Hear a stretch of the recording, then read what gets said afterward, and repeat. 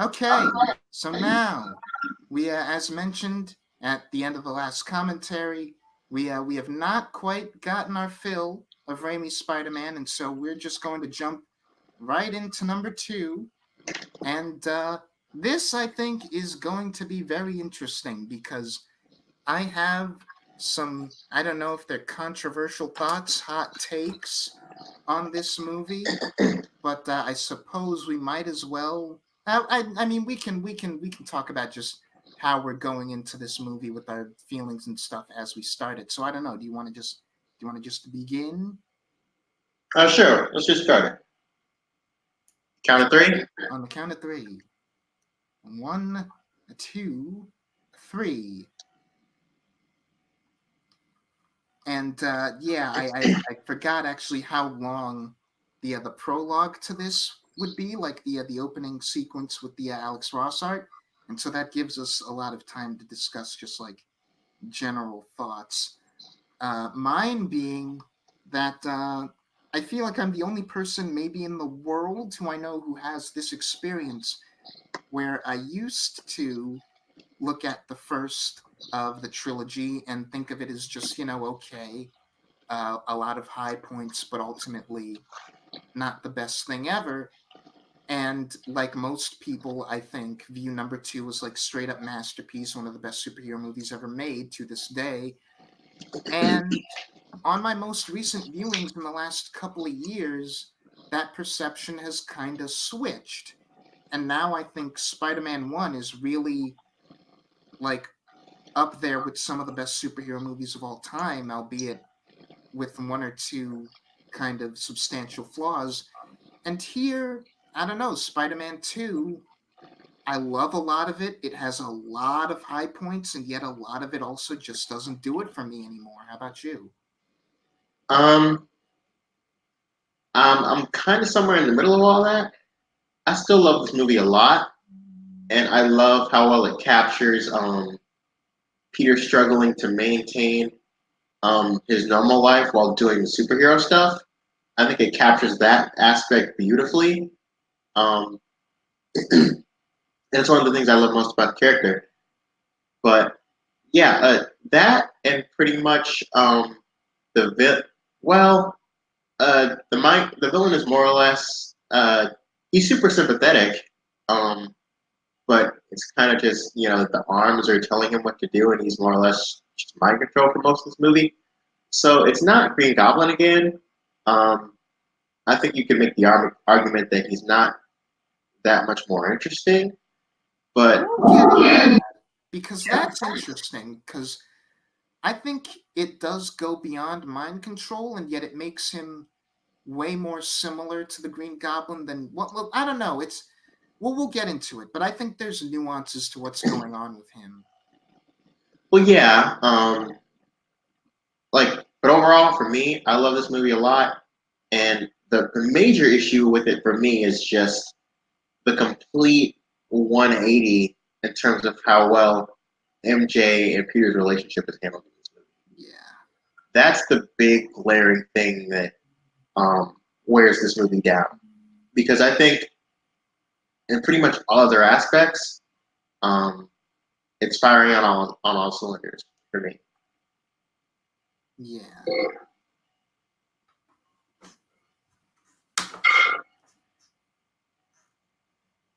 And here immediately we open with that. That was a nice transition, by the way, from Ross art just to her face on the poster. Yeah. And speaking of the Ross art, before we get to the actual movie, I love that we do that. I love that we have like an actual comic nod in the opening. We don't do that for a lot of comic movies. Yeah. We have that guy from The Daily Show. This is actually a pretty one of the major side missions in the game to this, which is also one of my favorite video game experiences of all time, playing Spider-Man 2 There on the was a PC. there was a GTA game for this that I used to have that's not necessarily like tied down to the movie continuity in any way, but it also involves like the first big mission is going around delivering pizzas and stuff. Yeah. I love that. I love go. But yeah, okay. See, this is one of the littler, dumber things that I like kind of nitpicked just for like comedy's sake in my scripted review for this movie for Spider-Man-a-thon, where it's like, why is putting on his costume and swinging around to deliver the pizzas not Peter's first instinct? Like, why is that not just how he goes about this? So there's no way that before now it has never occurred to him that that bike is not the most efficient way to do this. Oh, maybe he's never had to travel this distance, and maybe traffic's never been this particularly dense. But because it seems like the main reason it even pops in his head is He because of the stole that traffic. guy's pizzas. Yeah, thievery is the only explanation. Hmm. I don't know, like, no matter what I say about any of this movie going forward, like, it has exactly the way the first film has, like, some really memorable, like, lines, and some of them are just even from extras. I'm going to see The Matrix for the first time in the theater next weekend. I'm really excited about that because the AMC's are doing the 20th anniversary thing. Mm-hmm. I've never quite forgiven my mother for not taking me to the theater to see this. This is the only Spider-Man film I have not seen it in the theater. And I Wow. would definitely buy the ticket to go experience this movie in the theater. Yeah. And, like, this is another dumb thing that, like, I got on its case about, like, okay, he had to go into the supply closet so that, you know, people wouldn't see him change out of costume, but like if you know that your job is on the line when you're going to be like a minute late, can you really afford to be futzing around with all this stuff? Like, I get it, it's polite, but just leave it, give her the pizza, put the And then go mops, back and fix it. put the mops back in the closet later, please. And see, like, I call it a nitpick, but there's a level of genuine kind of like, oh, I'm supposed to feel so bad because Peter's so put upon and he loses his job. And it's like, this was avoidable. Like, Or even here's if a thought: just deliver the pizzas as Spider-Man. There's no reason that she know exactly who you are. no, but then there's the question of like, she knows who made these pizzas and is like, why did Spider-Man deliver your pizzas for you? And then his boss, Mr. Aziz, is gonna go like, wait a minute, what? I had Spider-Man deliver the pizzas for me. Yeah, that's probably not the best idea either. Yeah. And like, something that I do like is that even for as kind of like a comedic, goofy sort of side bit, we do give this moment and this failure a bit of thematic relevance, and we let this actor whose name I'm forgetting, and I feel really bad for forgetting it because he's been in a lot of stuff, we let him actually play it genuinely. The line where he says, the delivery thing is a promise, and I know to you, Parker, a promise means nothing. It's like that's for such a funny little like side quest basically that's a decent line to like start the theme of this movie on, like the power of a promise and can Peter keep his promises. Yeah, and maintain the Spider-Man thing. Hmm. Can he really have it both ways? Can he really do both? That's always the big question with Spider-Man is, Yeah. um, can he really have a fulfilling personal life and be the selfless superhero who saves people? And like that's the thing where it's like how sympathetic you find Peter in this movie in part goes down to how much of it is really quote unquote Parker luck and how much of it is Peter making kind of dumb decisions that you could work around. That's outrageous. Done.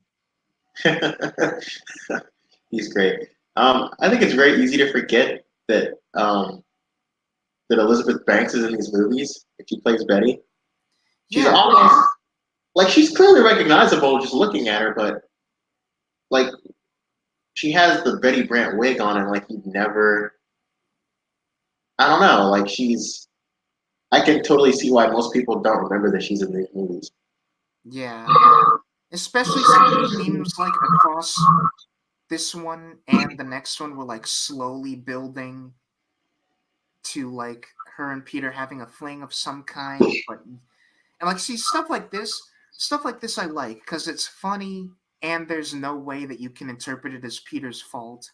Where it's like he drops his book, he goes down, and people just like smack him in the head with their book bags and don't even like it happens like right after. It's that's as far as like the little comedic like Parker Luck bits, I love stuff like that. Like even when stuff is going relatively well for him, Peter's just an unlucky guy. Like one of my favorite little like inconsequential things in Far From Home is like he just got tricked by Mysterio, he just got hit by a train, and then he walks outside and he steps in poop. Like little like stuff like that happening to Peter just because life hates him. That guy that plays Dr. Connors, Mm-hmm. um, he was actually supposed to be um Lizard, I believe, in Spider-Man 4 back when Raimi was still on to do that. Yeah, Um, he was but then excited for that, wasn't he? yeah, and like of course it gets rebooted and they have somebody else play him. Surprise!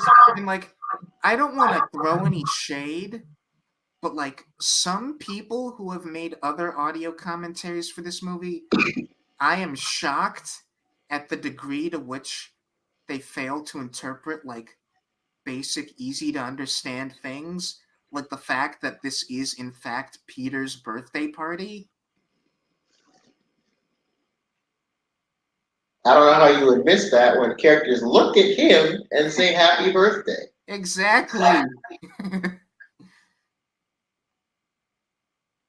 Yep. And here we are, like, Peter and Harry cannot get one conversation into this movie without us being reminded that their friendship is not what it used to be. Yeah, it's really sad. It's barely a friendship. And you kind of get the sense, because of this scene and stuff, like this scene in the Thanksgiving scene, where, like, no matter who's in the room, Aunt May has a habit of being like the glue that keeps everyone together, or at least keeps everyone civil with each other. Where, like, as soon as she leaves, Peter and Harry are like, and see, this is the thing that I was bringing up earlier, where it's like, it doesn't occur to you how much Harry's bitterness at Peter isn't just he's protecting Spider Man, it's also, I had MJ and you two kind of started this thing behind my back and you refused to talk to me about it. And he's got so much to genuinely and rightfully be bitter about. And it's such a complicated relationship. And I love this. This is one of those things that you don't immediately notice because it's such a small thing. The foreclosure notice. The foreclosure notice, and he puts his hands and she's like, "Oh, Ben." And it took me Yeah. forever to pick up on that, and that is so sad. Um, I mean, I always notice that. It's heartbreaking every time.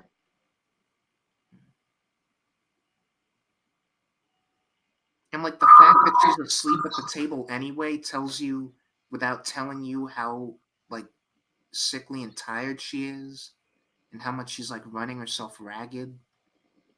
And yeah, I don't need Aunt May to always be this old. The issue with Aunt May in the MCU films isn't that they made her younger and more quote unquote hip or whatever. It's that she's not a character with any pathos that really informs Peter's life and who he is like she does in these movies.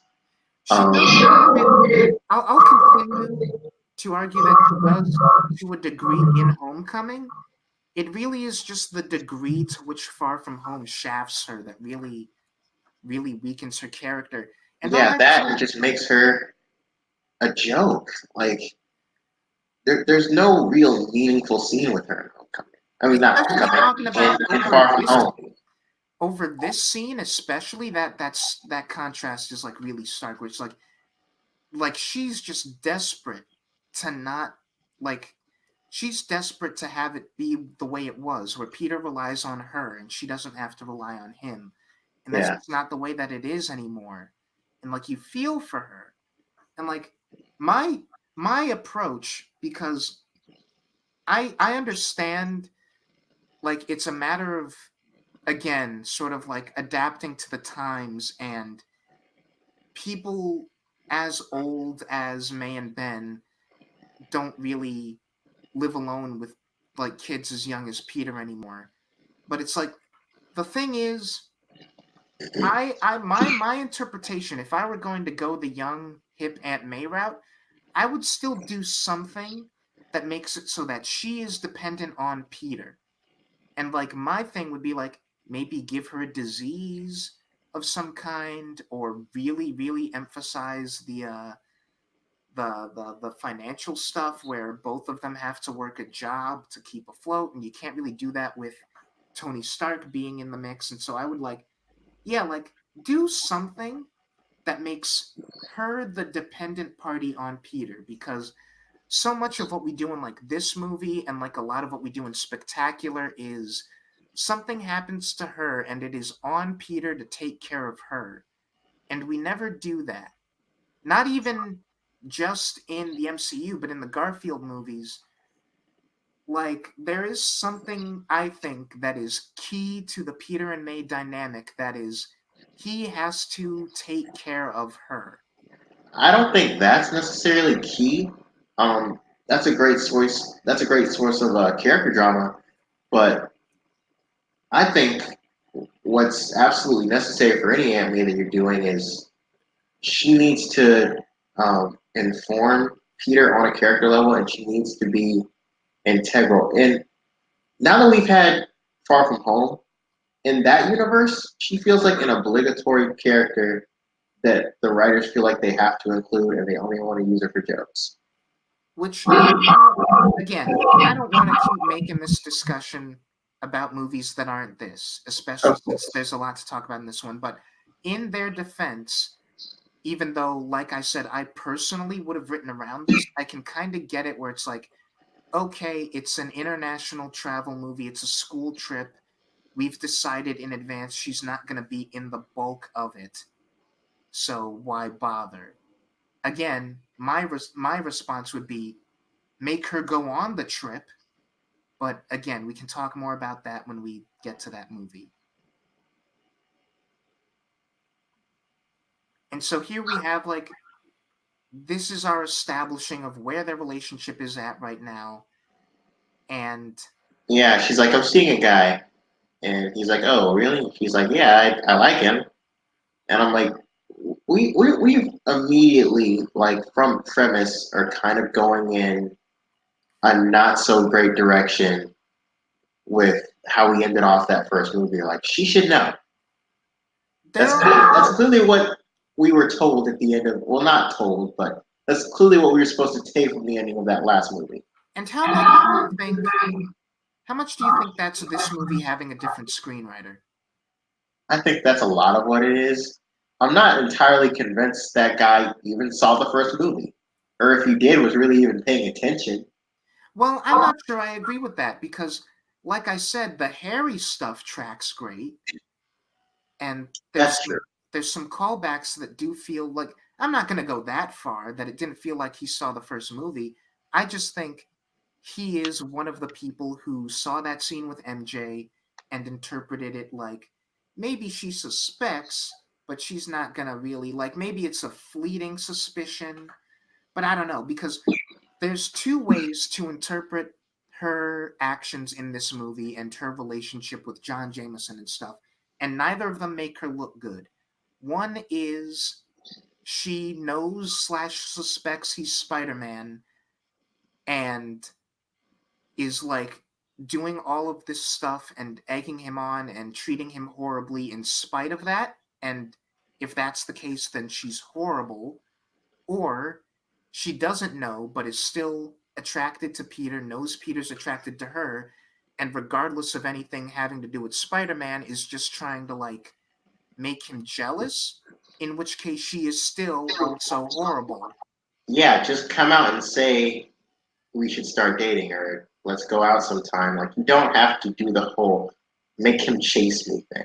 Yeah, no.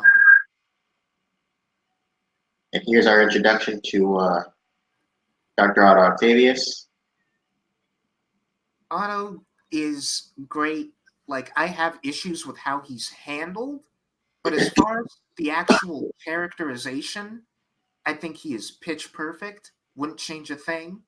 And Alfred Molina is just amazing. Like, he's doing what Willem Dafoe was doing in the first movie, only in a different way. Like, when it comes to the kind of human three-dimensional part, he's filling that with pathos and stuff. But when it comes time for him to eventually play like Dr. Octopus, he's doing a very particular take on it, and yet he is 100% playing into I am a supervillain. Oh yeah. Um, and not taking anything away from this movie. Um, but as you said, I also have issues with how he's handled here. And I think the PS4 game improves greatly on the stuff that doesn't quite work in this movie. It's interesting that you say that because I think we might be talking about different things when we talk about his handling. But because I'm thinking of like specific scenes, and we'll talk to them when we get to it. But like as far as like what you're talking about, like what do you think as far as like compared to the PS4 version? Just the inhibitor chip thing and like it more or less just being kind of mind control in this movie versus in that game it's more of a it's affecting his mind and he chooses to wear it even knowing that and Yeah. it kind of brings out his inhibitions and brings out the darkest parts of himself and he just fully embraces that and throws away the brilliant um, caring and compassionate scientist that Peter knew and respect. Okay, I'm going to talk about that in a minute, but right now I have an issue with this. Which She is asks, "Do you have a girlfriend?" He says, "I don't know." Why? What? Peter, what do you think your relationship is? especially You, when she said I'm seeing someone and I like the guy, and you know that guy isn't you, so even if she didn't say that, at the end of last movie, you flat rejected her. That's what happened.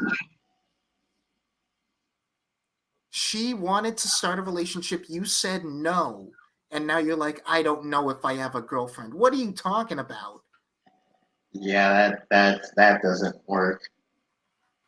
But yeah, just to go back to Otto, like what this movie is trying to say with him is fairly obvious in that like it was his hubris that like led to this happening in the first place. And like we were setting that up as early as this scene where he's like, I know what I'm doing. I'm not gonna blow up the city. Don't worry about it.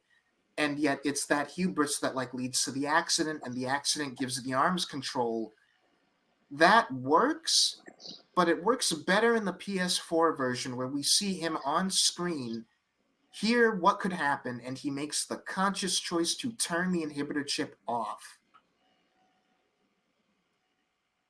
Uh, I don't know how I feel about like him taking Otto's advice so literally and to actually do the whole poetry thing, especially because like he'll start reciting poetry to MJ later in a scene, and it's On I on one level, I buy it as something that this Peter would do. On the other hand, I don't buy it again as like she is already in a relationship. What do you think you're doing? Do you want to exactly. do you want to be with her or not? And if she's already in the relationship, you're kind of screwed, and you just have to move on. Yeah. It's such a bad thing because it reflects badly on her and on him. And it Yeah. reflects significantly worse on her, but it's like I really do wonder to what degree it's a lack of communication between the different screenwriters because this is like Peter's motivation for this relationship fundamentally changing between movies. And I feel like MJ as a character has fundamentally changed between movies because I didn't feel like she was the type of person to string Peter along and make him think that he even remotely had a chance, even while she's dating another person and close to marrying them. You're right. She's not that kind of person. Although I do think the one singular level on which it works is that that first movie sells me so hard on the idea that she falls That's a in love. sick stuff. I love Yes. that. And like Go basically ahead. like eat your green vegetables. Like my mom always said that. I never believed her. But yeah, the the the the one level that I think it does work is the idea because the first movie sells me so hard on the idea that she falls in love with him and she gets something emotionally from him that she does not or cannot get from anyone else. And so on that level, it makes sense that at the end of movie 1 he rejects her. In movie 2 she does not take that lying down and still wants to be in a relationship with him. The problem becomes when she, in the meantime, gets in a relationship with another person. And This that's extra is when really excited to be in a Spider-Man movie. it's a web. But at the same time, that's great. Like, Go Spidey Go is such an iconic thing for me. Like, if you're gonna say that line, hell yes, you're gonna say it with as much enthusiasm as possible. Yeah, it's Spider-Man's Run Barry Run, which I've been watching Flash lately. To my chagrin, I've been forcing myself to keep watching that show. We run that line into the ground. I cringe so hard when anyone says it. We ran that line into the ground before the first season finished. You know what? You're not wrong. But it feels so much more played out now where I'm watching it. We keep using that for every speedster. And, like, see, on one level, I feel for MJ because of the first movie and how much I appreciated their relationship there. I don't know what they were thinking when they were like, let's have her do this weird, like, goading him on, sort of pseudo taunting him thing that she's doing. And like Bruce Campbell having different cameos throughout these movies, I think that's really fun. Yeah. And like he's such a jerk. He's like, "Your tie? Your shoes untied? Why are you here in the first place?" As if he was going to let him in. Yep. And we talked over it, but the earlier joke when like he first got here and the cops like, hey, if you park there, I'm towing it. Yeah, whatever. And he just walks in. It's not even his, so go ahead. Yeah.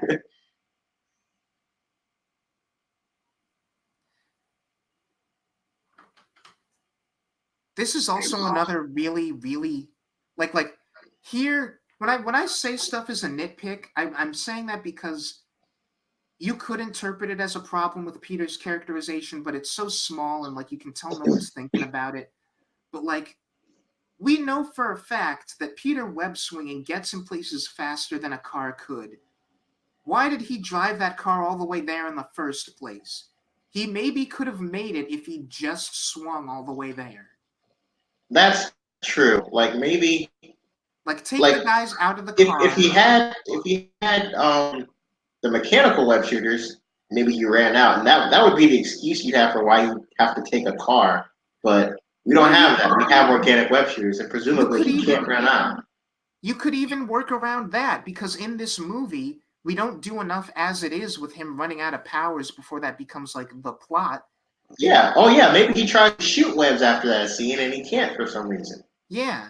And like granted, again, I cited High Top Films in the last commentary because he made a great video about the first film. He made a follow-up about movie 2, and it's like Peter's not quite at rock bottom yet, and he's not gonna lose his powers big time until he hits rock bottom. But Oh, I love that. I feel like with the way that we set this movie up, you could absolutely this early into the film have his powers stop working for like a few minutes. I mean, but Because we do it right after this scene. because he's already in a place where see, like this. Yeah, we do. I mean, I feel like it would mess with pacing It would to make do it twice in such quick succession. it would also debatably mess with the pacing to just move this scene earlier, Yeah, but it would make his character feel a little bit more understandable. Like, just why did you take the car? But like, I like this from the perspective of Peter doesn't know what he wants, and he maybe doesn't want to keep being Spider-Man if it's going to keep screwing him up like this. And having it manifest as like, okay, his superpowers are gone, and what weird situations is that going to put him in? That's great. this Like, whole bit, it's we sold the movie pretty hard on this scene. yeah, it's great character development, and it makes way for stuff like this, where it's like Spider-Man taking an elevator with just some guy. Yeah, I we didn't really talk about Spider-Man's costume all that much in the previous commentary. We got Um, sidetracked talking about the Goblin's costume. Yeah, yeah, his costume is updated for this film. The Spider the actual spider symbol is actually significantly different on both sides, and I really like it was an inspired choice to have the web patterns like 3D printed as opposed to like how it is in the Marvel movies, just kind of like literally just not well in the even like kind of just um, well in the Marvel movies, it's almost kind of the opposite. They're almost indented. yeah. This is great. He literally cannot escape her. Yeah. Like, see, this is such a small thing. And like it's directorial decisions like this that make me think like from a pure directing standpoint, this might be the best superhero movie ever made. But it's in the writing that I think it really falters in some places. This included. I've mentioned this in the video, and like you know what I'm gonna say about this, right? Oh yeah. He's gonna be like, the reason I can't tell you who I am is because my enemies could come and find you. And I'm like, you have not fought any supervillains in between movies. As far as we know, you've stopped nobody but petty crooks. We don't even know that anybody you've stopped has or will get out of jail. What are you talking about? Who are you? Yeah. I guess he's like the only thing you could really assume he's talking about is gang members, like people who would have a real grudge against Spider-Man for interfering in their criminal dealings. But we But have zero indication that anybody has that MO or that he would assume that. exactly, that's the issue. And I think a lot of that lies in the fact that A, this is only the sequel to the first movie, which is an origin movie, and B, because that was an origin movie and they didn't know they were getting a sequel, there's no real setup or interest in any significant world building. Because like the obvious like I'm a comic book fan way to work around that, which we still have yet to do in a single live action Spider-Man movie, and I would be shocked if no matter what the next Tom Holland movie is, it doesn't open with this, is that we have not opened a Spider-Man movie with him fighting a costume villain who's just there. That would be like your workaround to be like, okay, he has been fighting super villains in the time skip between movies. But the superhero landscape is different when this movie comes out. It makes total sense that they wouldn't do that. But here it's just like, I don't know. I don't understand what he's talking about. Like, who is he thinking of when he says my enemies? I get that that's exactly what Goblin did, and it really messed with him. But he's dead, and nobody like him has shown up since. That is true, yeah. That line's pretty problematic.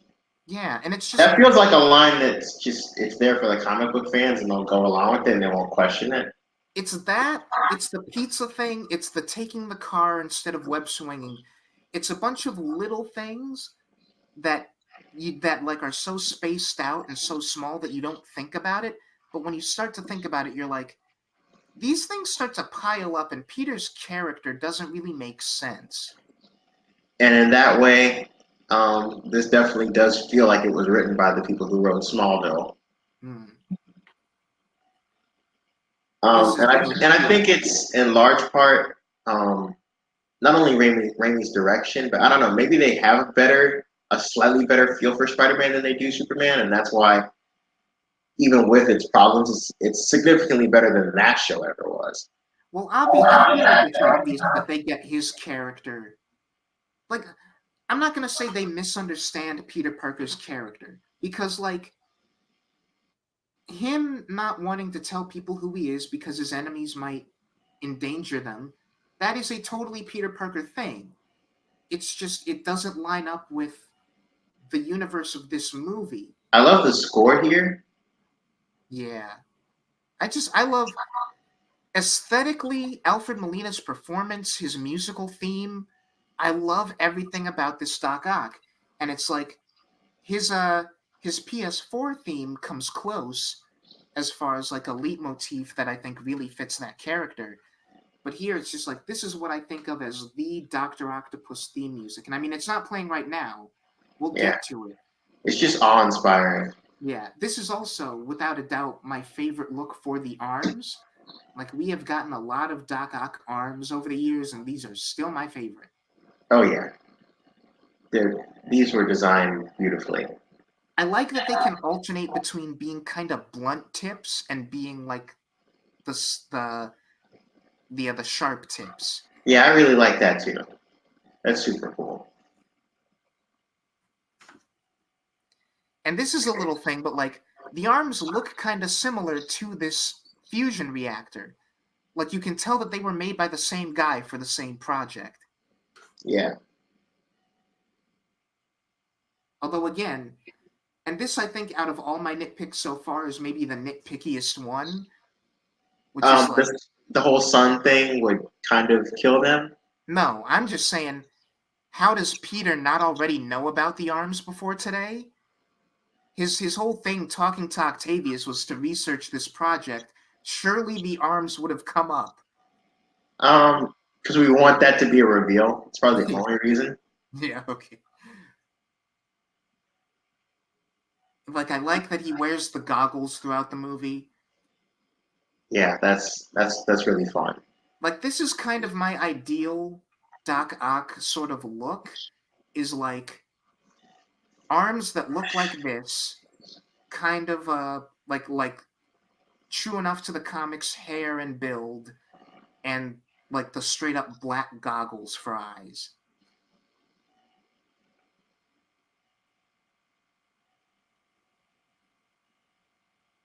I will say, I think one of the only times I can remember not liking Doc Ock is in the '90s cartoon. I feel like it's I honestly feel like it's starting with this movie where we get takes on Doc Ock that are really compelling and really cool. Where in the comics and in the 90s cartoon and stuff prior to now, he's very kind of generic mad scientist slash bank robber. And we find a way to keep him in that mold in this movie and stuff going forward. But this movie onward, I think, is what sets a precedent of like Dr. Octopus is a really compelling, like, layered villain. He's not just another villain for Spider-Man to punch in the face. Yeah, no. And like the arms by themselves are really cool, and that is admittedly a shallow part of why I like him, just because I like the idea of a guy whose deal is he walks around and fights people with octopus arms. But that was kind of all there was to him as far as being unique in the comics. And the cartoon, starting This here, changes nothing. man, I know there's a lot going on, but he should say something. Like like he doesn't understand that you're Peter or what the implications of that would be. Take 2 seconds to be like, I didn't kill your father. This And is then wonderfully brutal, and they don't have to show anything. I love yeah, that. this still makes my mom cringe.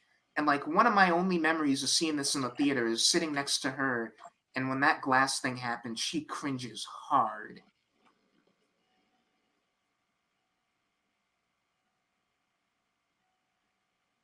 this is a beautifully just stellar scene.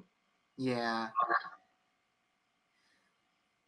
And see, like, this is another thing that we do, like, kind of a kind with the first movie, where this is not a fight scene. It's not even really an action scene, but it's really intense and it's got you at the edge of your seat.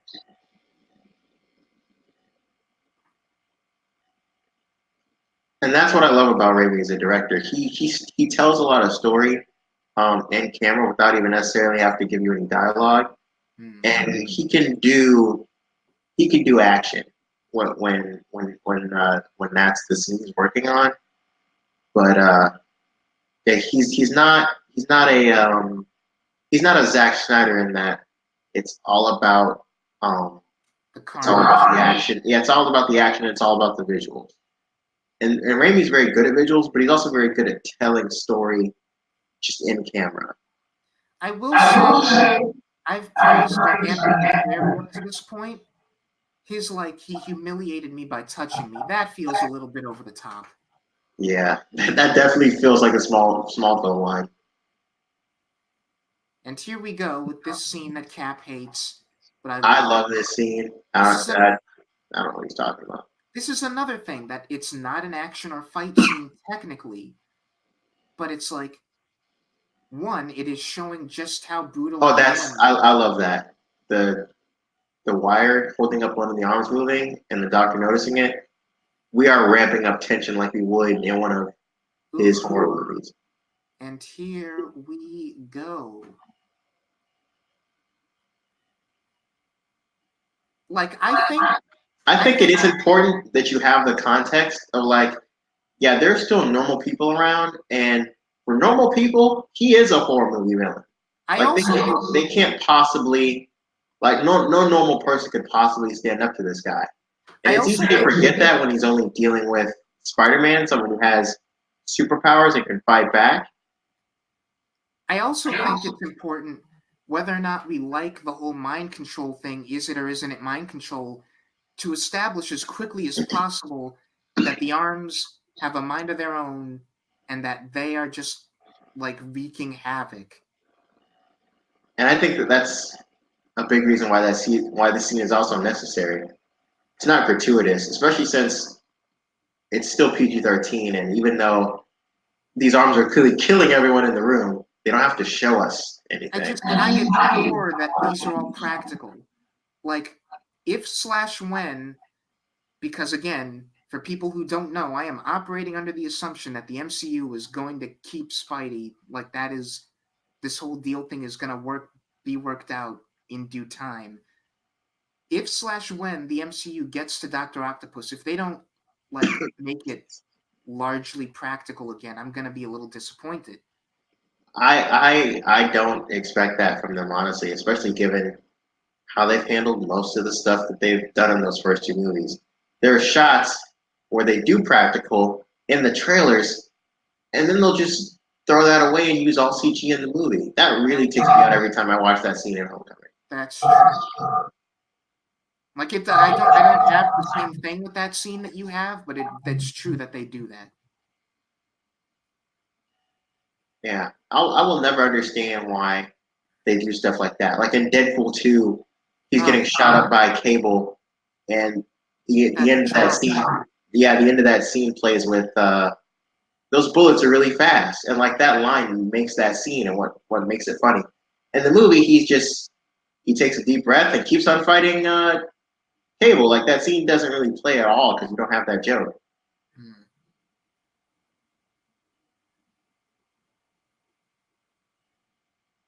Like, that shot of him, like, framed in the broken car window, that's great. And then, like, right after that, he turns around and, like, you see his eye and one of the arms opens, and so that's like the other eye. It's great. Yeah, really cool, I really love that. smart. I love that that's like a running gag here. Like, he calls Hoffman and Hoffman is right there. Already there. He's Like, that see, intern. Well, he feels like that guy that just will do anything for that promotion. I don't even read it that way. I read it as, like, he's kind of a sycophant. Oh Like, yeah, that too. Like When he he looks for like a raise, get out. like he genuinely admires Jameson and just wants his approval. Oh, we talked over it, but I like the Doctor Strange reference. Yes, It's kind of I like surprising we're it. even able to get away with that. I like it, but it's taken. I also like this as a running gag, like he fires and unfires Peter on a whim. And the other line earlier in the first movie with Aunt May about Superman makes me wonder, like with rights, how much they even really have to worry about just mentioning stuff. Yeah. Oh, that Although laugh was what great. although what were like who held the Doctor Strange rights at the release of this movie? Yeah, I don't think Doctor Strange was ever. I don't think Marvel ever like put his rights anywhere. Yeah, and Marvel Studios wasn't a studio yet, so there probably wasn't nearly as much like behind the scenes red tape and stuff.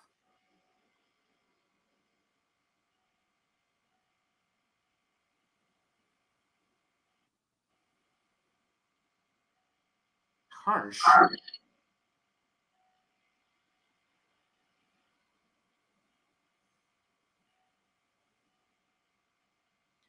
Okay, so yeah, actually, see, I like this. This is why I don't think it's mind control.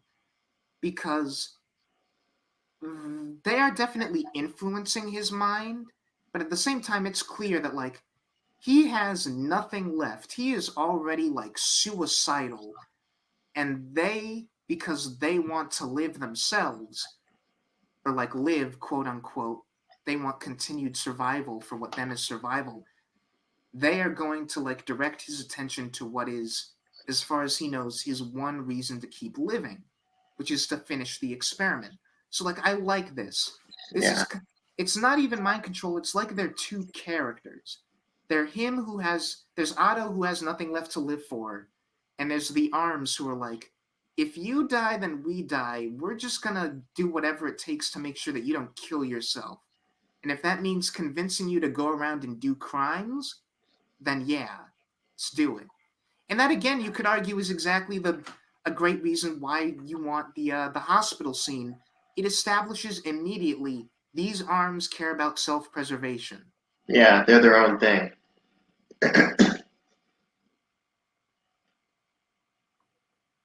which is I think very unique to this movie. I don't think that's really a thing before this movie comes out. The arms were always just these things that he controlled. I love this. I love he lifts himself up, and it's like I love whenever Doctor Octopus does that. Like I love that here, and I love that in the PS4 game when he's like, "You're fighting the wrong man," where it's like I think the reason I love that so much is that it kind of reminds me of the spider symbol, and it's when he's all like standing up like that, where he's like, it really occurs to you that he has 8 limbs and he is an octopus in the same way that Spider-Man is like a spider motif.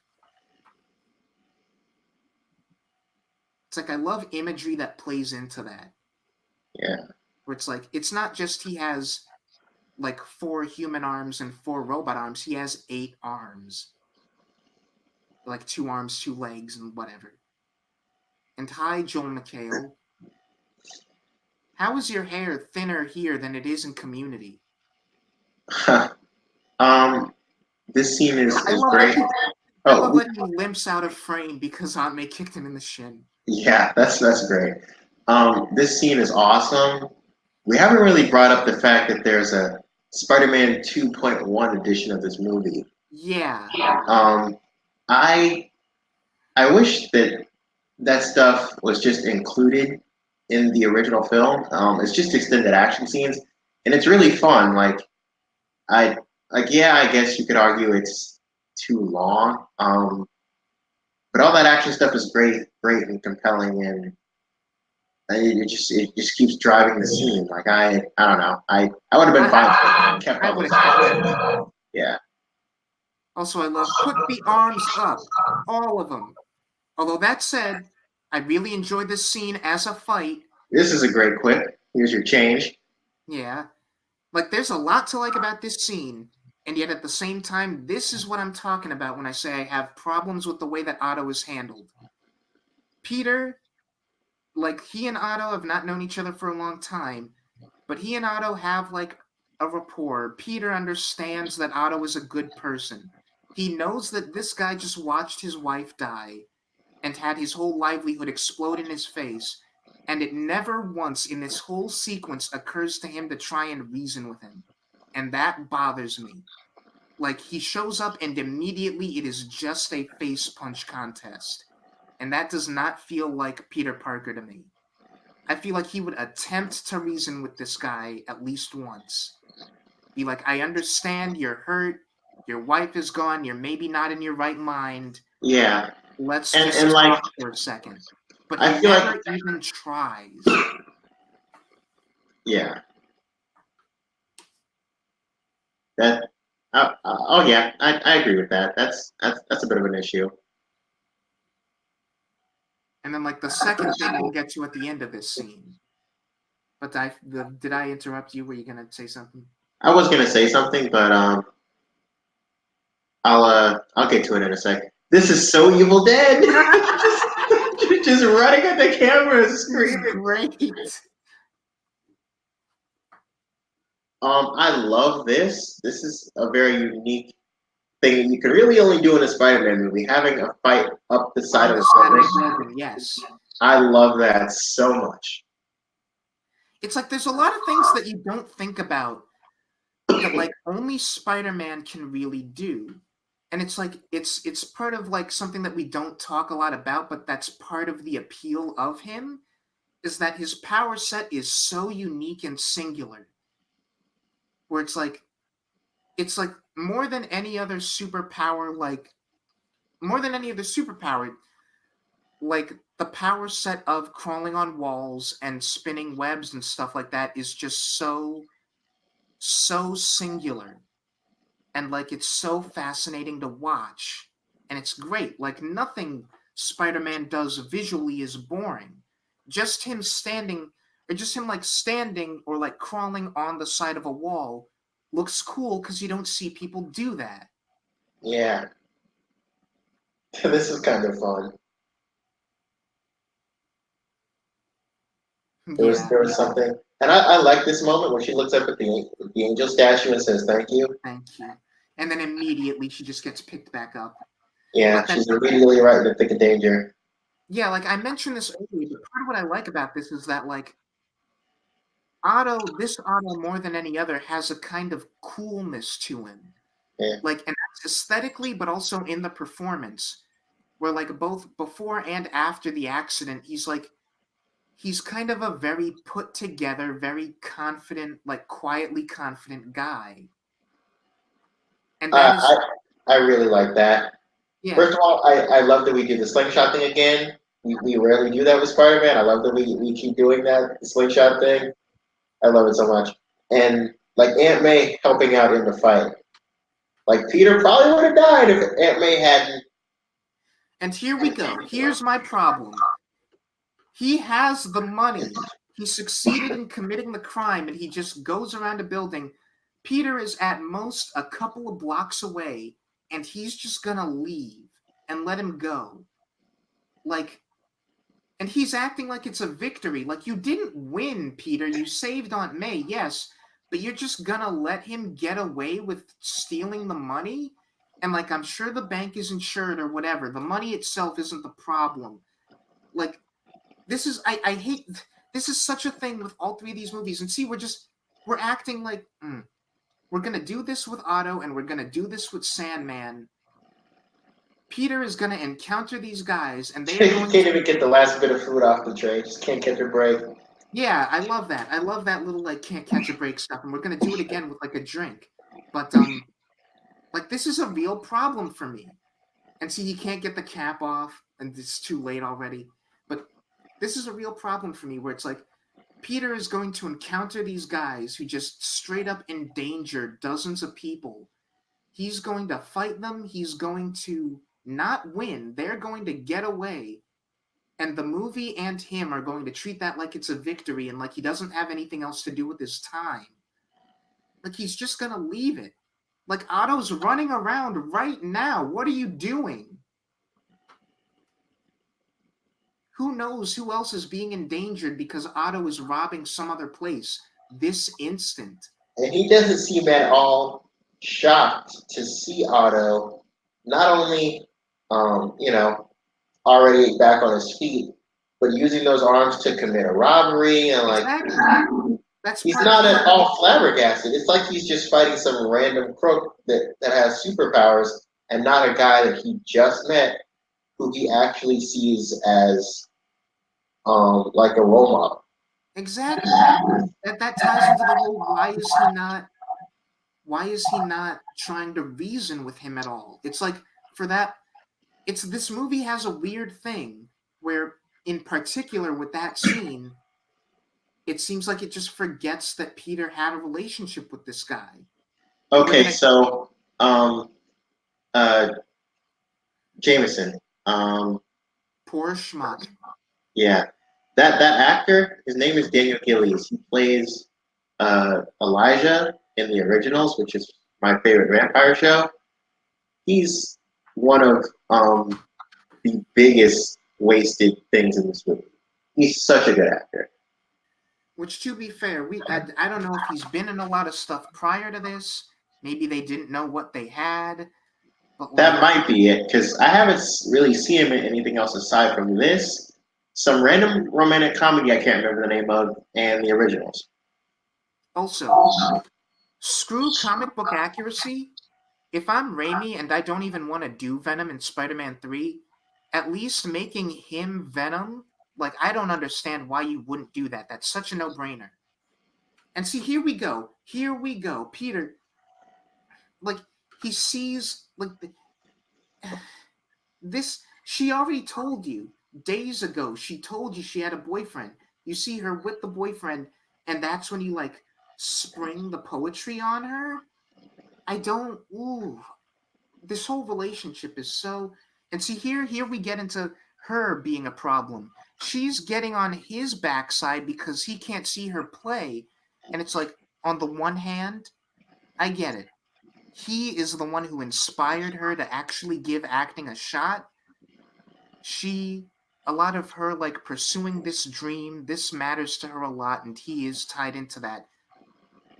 But you know or suspect that he's Spider-Man. Give him a break. But this movie, like, this movie doesn't think that at all.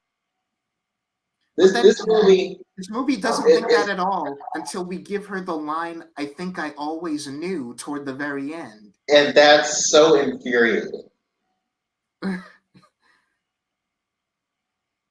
Oh boy, here Like we in go. regards to the MJ stuff, I think they should have made a significantly different movie than they did. Straight up, honestly.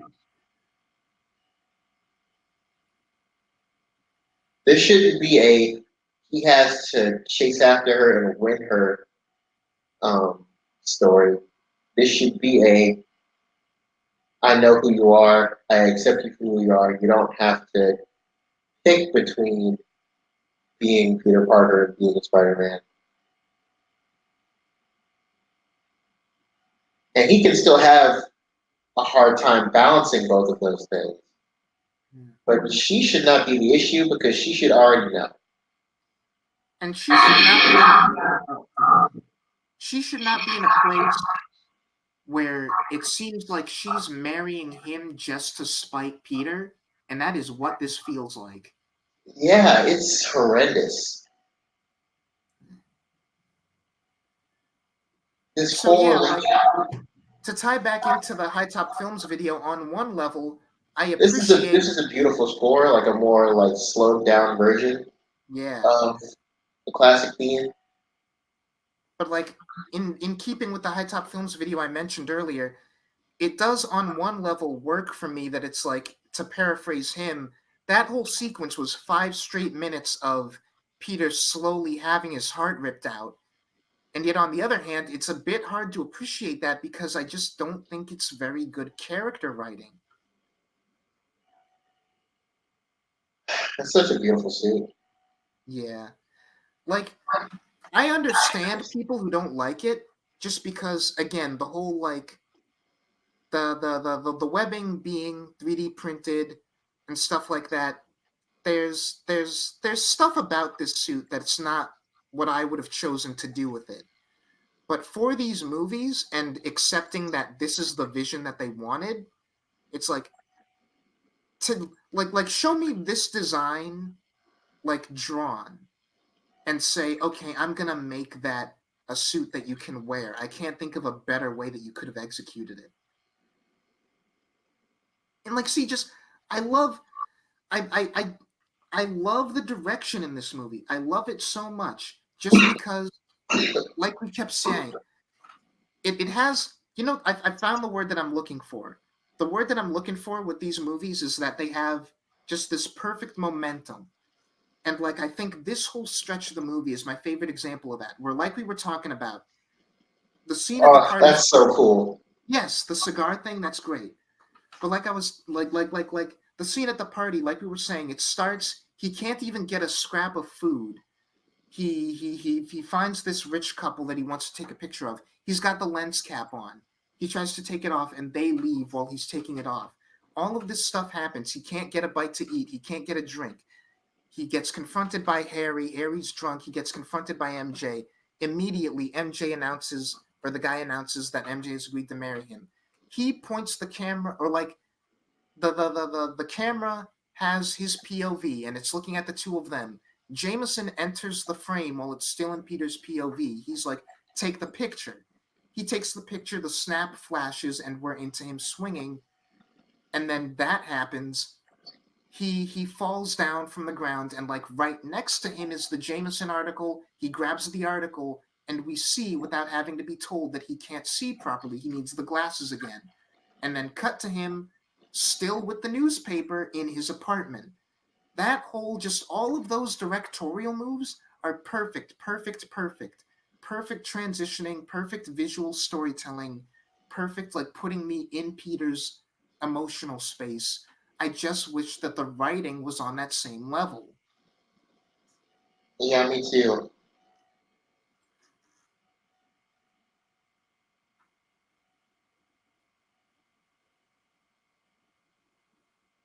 And I think Raimi is a big reason why people like have this movie in such high regard. It's still one of the best superhero films because he like even though he's not working with the best script, he directs the hell out of this movie. I genuinely I genuinely don't think that another superhero movie has been better directed than this one. And if the script matched the direction, I would definitely be in the camp calling it the greatest superhero movie ever made. And not to take away from the Russos, because I think they've done beautiful work in the MCU.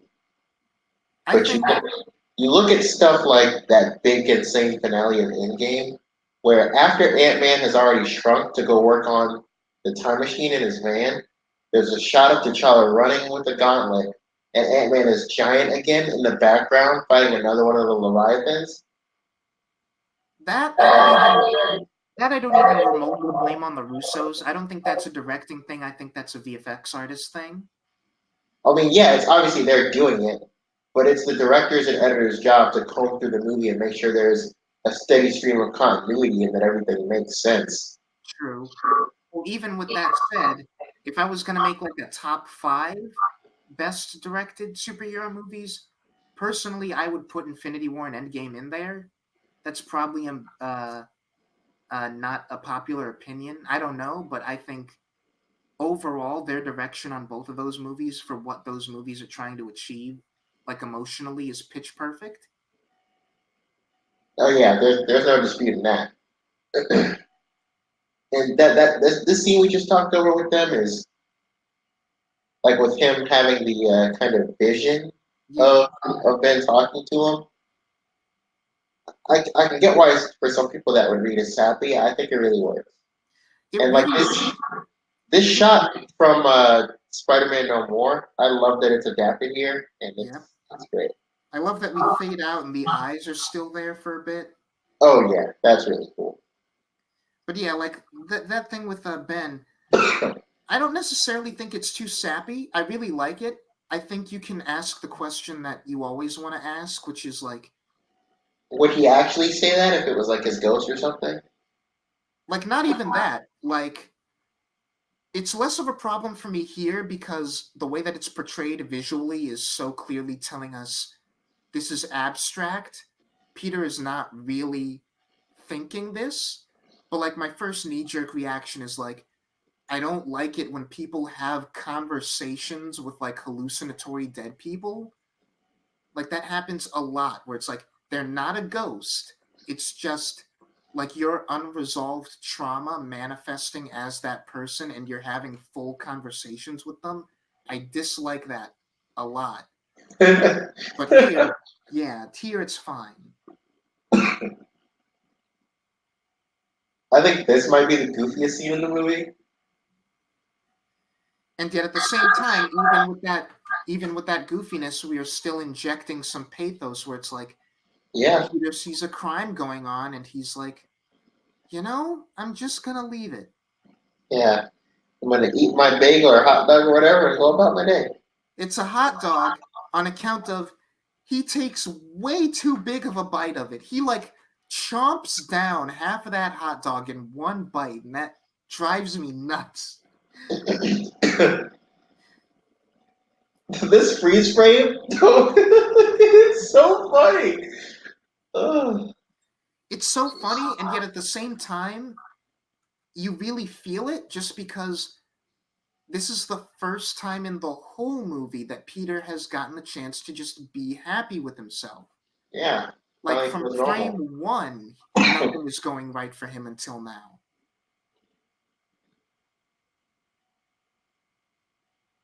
And she loses her, like, she almost forgets that she's in a play for like that one moment. I like that. And like for as much as I'm getting on MJ's case, Kristen Dunst is still giving a great performance. Like in moments like this, I want to say like even in moments where I don't like her character, she's really selling what she's given. Yeah, for sure. But then this scene's really bad. And yet again, I still think she's playing it great. Yeah, she's not the problem, and neither is Toby.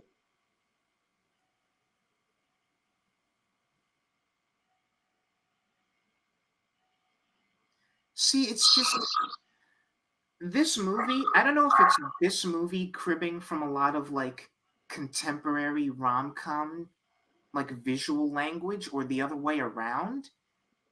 I'd be really surprised if like a lot of rom-coms that came out around this time were cribbing some of their visual language from this movie. And yet at the same time, it's just like this scene is like it's really warm and visually it's kind of charming. And yet I let things like I can't Peter's like I let things get in the way before. Like I get it. Not everyone understands that you can't pick up where you left off. That And Peter wants desperately to be able to do that since he's finally let the Spider-Man thing go. yeah, and it's like it's a very realistic human thing that people, especially the men in the relationship, and like not to play on like gender stereotypes, but I see this all the time where women in particular complain about the idea that like I cannot put my love life on hold because you have things to figure out. And so like I know that that's a real thing that people have. And it's not that it doesn't make sense that Peter wouldn't have that, but it's like you I just no matter how you justify it, like you know what it is? It's an amalgam. It's an amalgam of he rejected her and the thing that we talked about earlier, which is that in the meantime, no supervillains have shown up. And so like I guess this universe's version of New York is just so crime ridden that Spider-Man has to be everywhere. But it's just that like so much of what Peter does in this movie would make more sense if we'd actually had the indication that a lot of big, like super criminals had shown up in the meantime. Because then it would flow better when he's like, I had things to do before, now I don't. I had to be Spider-Man before, now that's not my problem. But he's still saving plenty of people and stopping crimes. Yeah, and it's like, but the thing is, it's all like petty crimes, and like he's saving people, yeah, but I don't buy that suddenly now because he doesn't have to do those things, he feels entitled to get back to where they left off. When he Especially is because he already knows that she's not only with another person, but engaged to be engaged. married. Yeah. This like none of this is okay. And what's worse is that she's even. Well, I mean, in that scene, she's not necessarily entertaining it, but she's not shooting him down either. Yeah, I just I think it's part of either Raimi or the screenwriter doesn't fully grasp what's going on in their own story. Like someone behind the scenes doesn't realize that this is a problem or doesn't care, and they think that either Peter or MJ is in the right in any given scene, when the fact is that neither of them are ever in the right. No. Like, why would you not write it into your script that MJ just says, I am engaged to be married? What are you doing? Okay, all that said, complained a lot. This scene is great. This scene is perfect.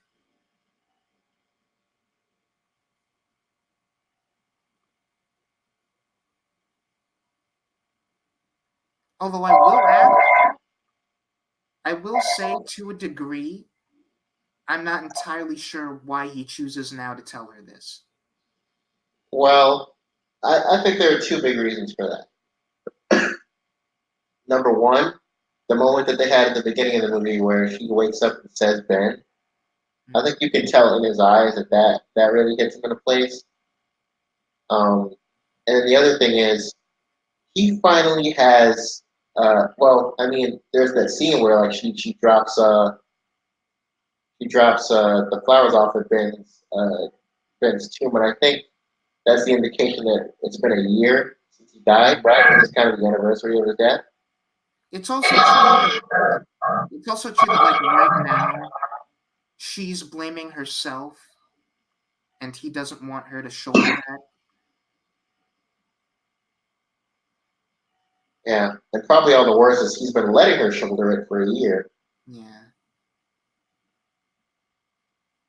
But I've never, well, I think aside from Ultimate, I've never seen this scene play out in any media before. Outside of the Ultimate comics with Bendis, where Peter sits down with that man and explains, "Yeah, it is my fault that Uncle Ben died, and I'm sorry."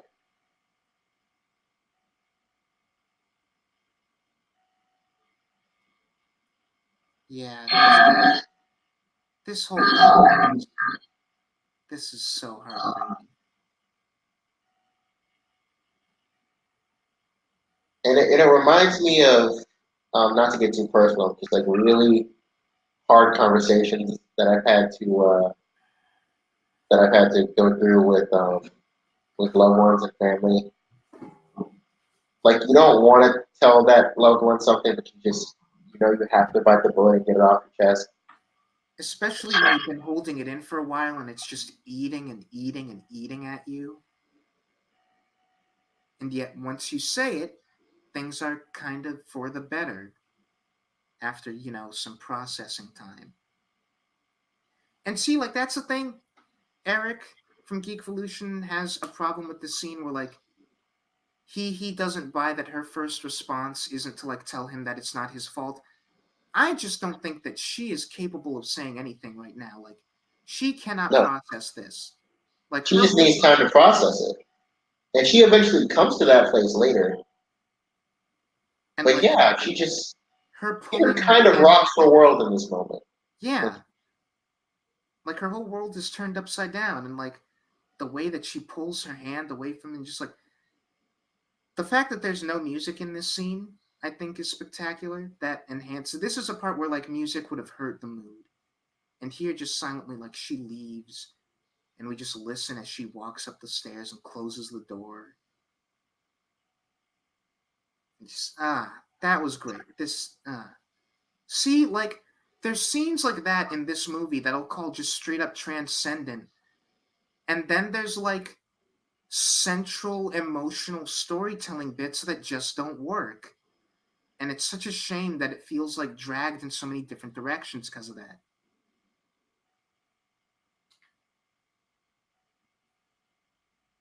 I don't know if it feels like it's dragged in a bunch of different directions so much Well, as yeah, that's not the right thing to say. Like, more like the way that I feel about it is dragged in a whole bunch of different directions. because Like, we're really smart in how we handle how we handle a lot of the visual storytelling. yeah, Um, no, this is a very, very focused movie. And again, but we are like well past the halfway mark, and it feels like this thing is just flying by. yeah, just like the first movie, Hmm. and we were dealing with origin in that film, Yeah.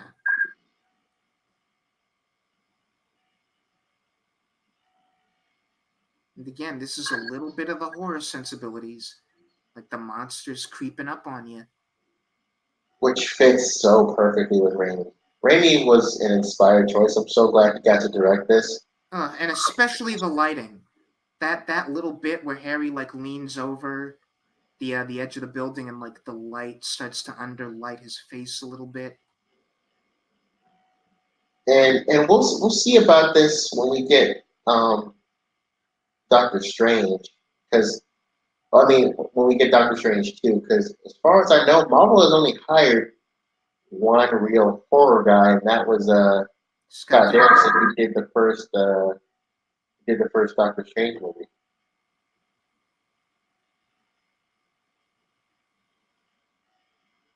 And like, see that movie, Doctor Strange 2 is going to be a horror movie. This is not a horror movie. The first one isn't a horror movie. They have horror flourishes. And that you can kind of see what people are talking about when they're like, the MCU directing style doesn't generally allow for a lot of experimentation stuff. It's not that the movies necessarily need to be in different genres, because writing wise, you can see or argue that they kind of split genres and are on their own unique thing fairly well. It's in the visual language. They don't do a lot of unique visual language flourishes.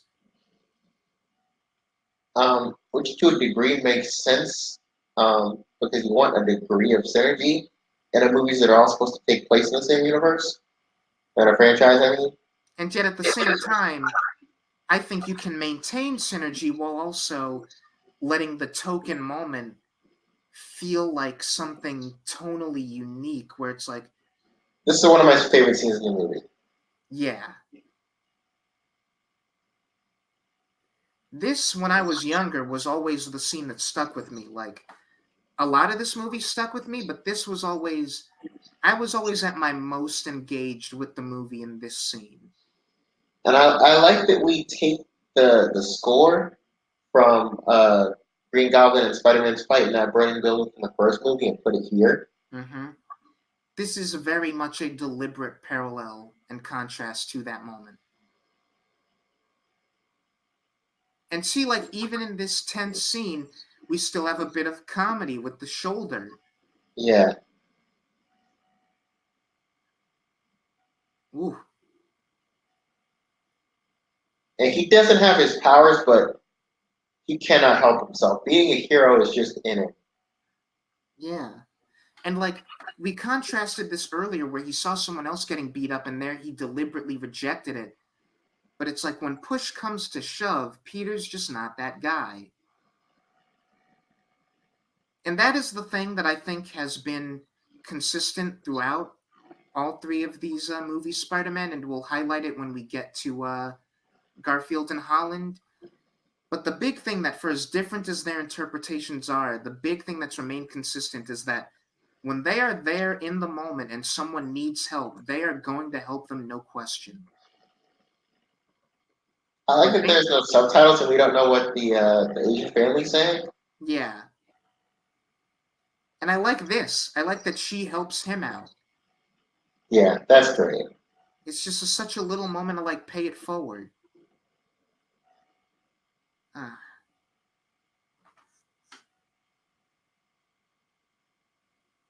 this is so great. And like he doesn't stick around to get thanked.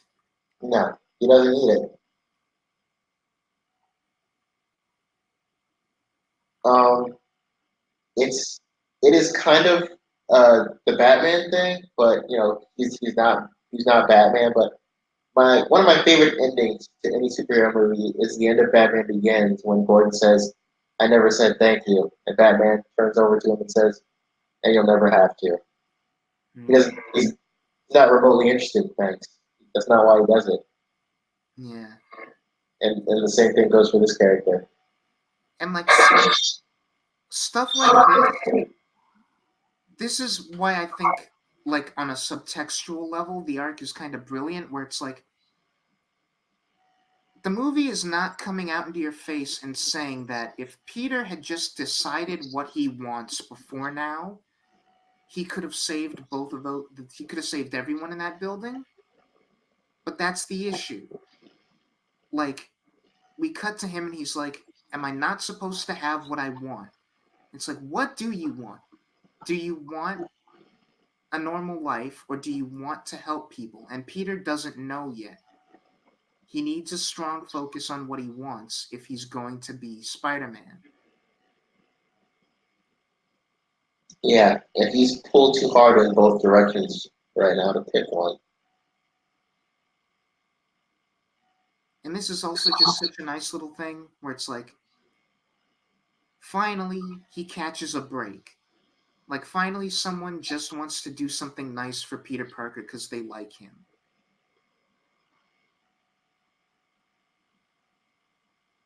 And in a lesser movie that doesn't understand this character, we would try to do the rebound thing with her, but she's just a nice neighbor. Yeah, like, I I get the impression that like she has a bit of a crush on him, but it's not like it's not it's not like the kind of thing that a lesser movie would do where it's like she is a prospective love interest. Like even she doesn't think of herself that way.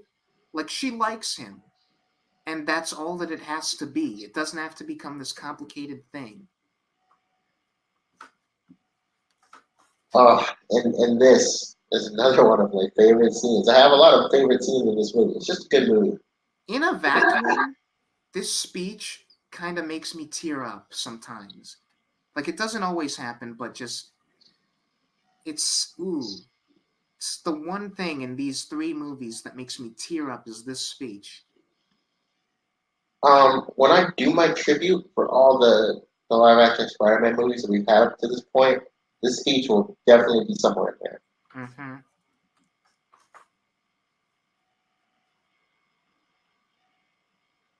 And this, Honestly, honestly, it could apply to all three. Like I could see you making a video where it's this speech over not just Toby but also Andrew and Tom, where it's like all three of their Spider-Man exactly. to varying degrees have to deal with the idea of to do what's right, we have to give up the thing we want most, even our dreams. Whether that's the girl we like, or being an Avenger, or the girl we like again, Yeah, man. or revenge. Like a big thing, especially insofar as it applies to the origin that we will expand on with Garfield, is the revenge thing. And he is not really a hero until he lets that go. Yeah. He doesn't even find the killer. Mm-hmm. He's like, you know what? That's not what I'm about. I am not going to go out of my way to try to find that guy and kill him. Yeah. I'm not going to do Quit. it.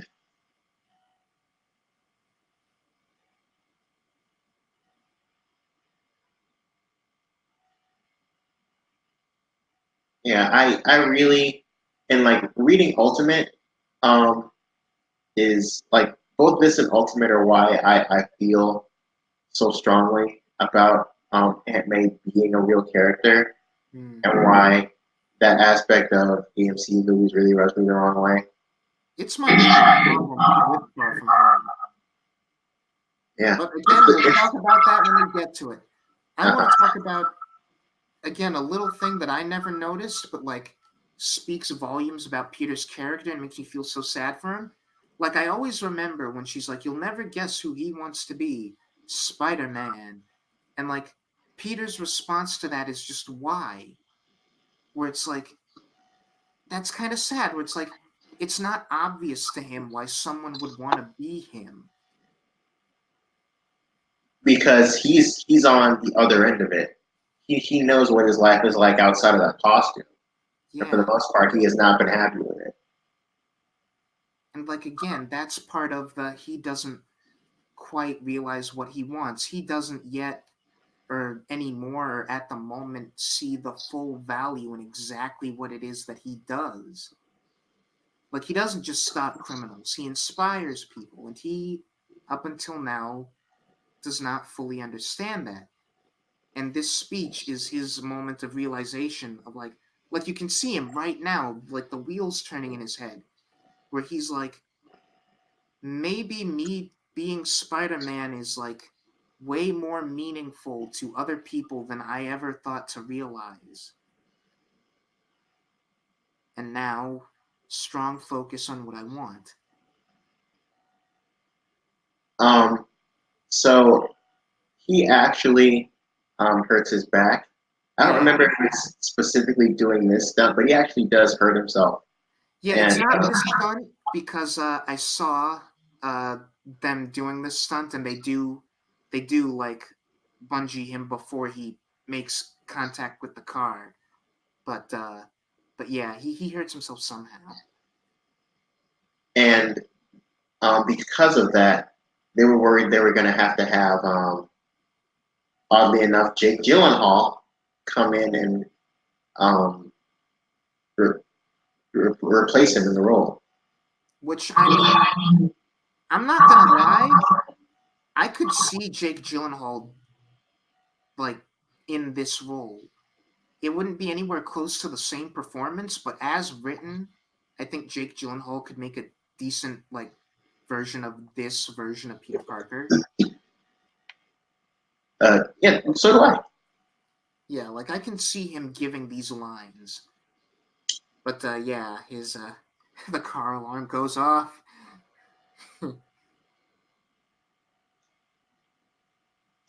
But yeah, like that Aunt May speech was like the perfect, and like his interaction with Henry, that's like such a perfect. That's, if anything was gonna be the moment that inspires him to get back in the costume, that was it. And as if the movie didn't already lose me in regards to everything related to MJ, Ah, it's boy. about to it's about to swing for the fences and making me dislike this character. And see, this until the viewing I did for the review, this never even occurred to me that the reason she's doing this is as like a litmus test. Is like, am I really as attracted to this guy as I am to Spider-Man slash Peter? And see, that's the thing.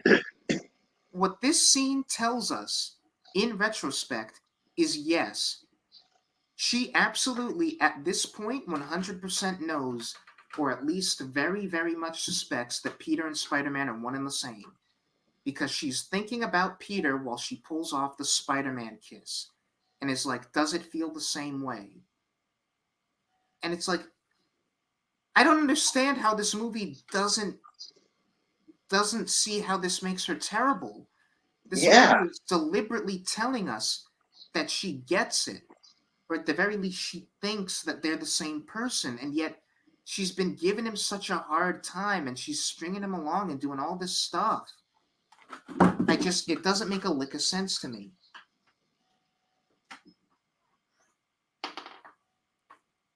uh, and yeah, that's the big problem with this movie is like we do a pretty good job with them in the first film, and then in this movie, I think they they do a great job in the first film. I'll go so far as to say, like, in the first movie, they're like an all-time great romance for me. Like, yes, their relationship doesn't really begin and get off the ground, but as far as like two characters being in love with each other and reaching that point, like, I don't think they could have done it better.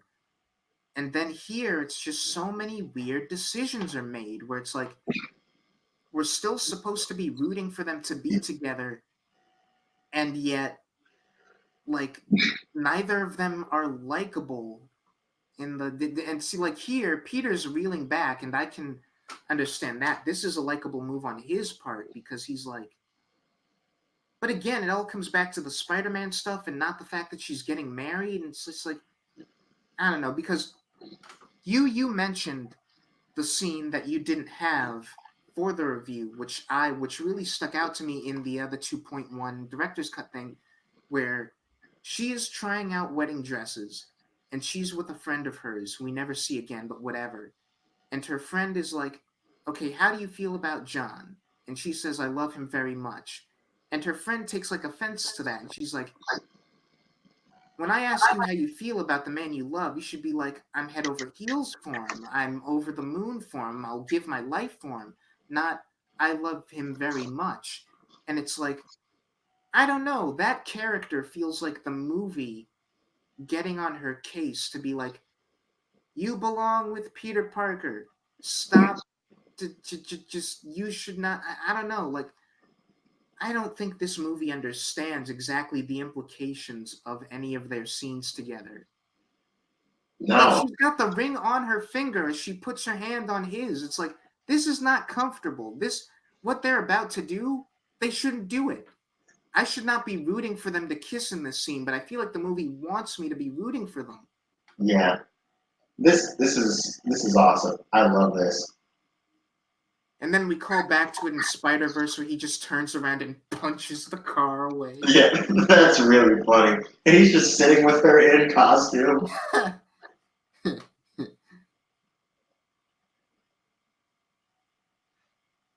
I like this. I like the cut to them, cut back outside, cut back to them. Like, it gets steadily closer and closer. Yeah, it's very, again, very Evil Dead, very Sam Raimi. It's almost like a visual version of like the Jaws theme of like dun dun dun dun, the monster's coming for you. Put on a shirt, Otto. And then This the is so very, stupid. This is so dumb. I want you yep, to the find Spider-Man. Here, let me just risk killing you before you can do that. yeah, you better find Spider-Man. You might have a hard time doing that with a cracked vertebrae, but I'm gonna slam you against a brick wall.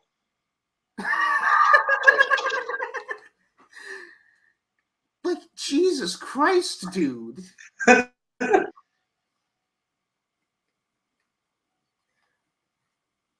Also, I'm not gonna lie, like, it's not a problem, but like part of me is like wants to laugh at how kind of convoluted the situation is.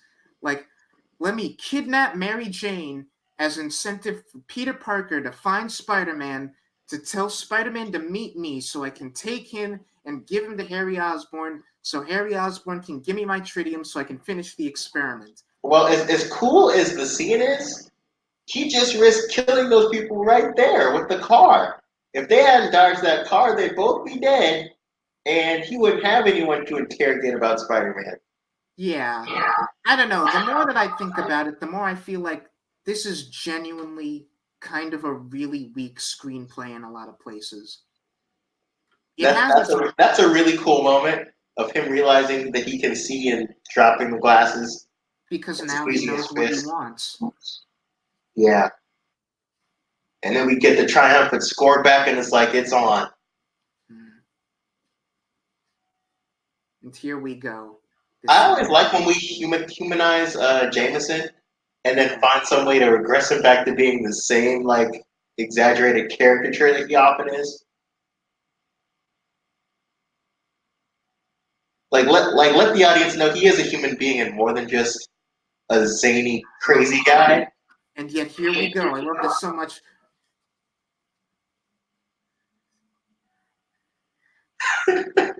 want that wall-crawling arachnid prosecuted. I want him strung up by his web. I want Spider-Man! I love that. That's so cheesy and goofy, but I love it. Yeah. And this is a cool shot. Yeah, and like we're gonna like zoom out, and it's gonna be in Octavius's glasses. Yeah, that's really cool. It's so But great.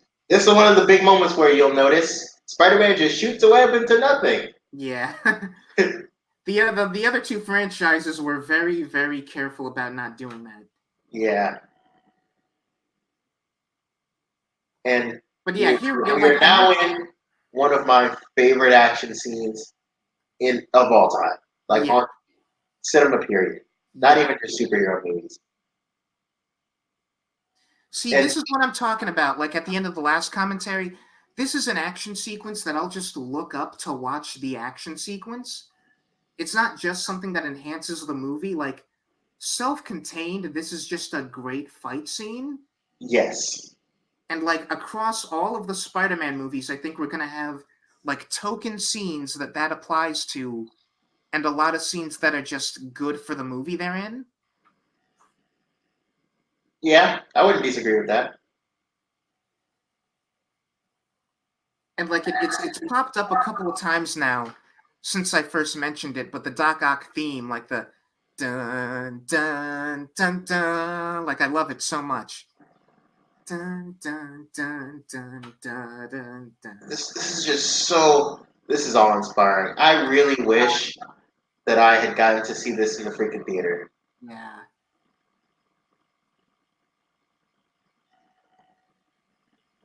Nice.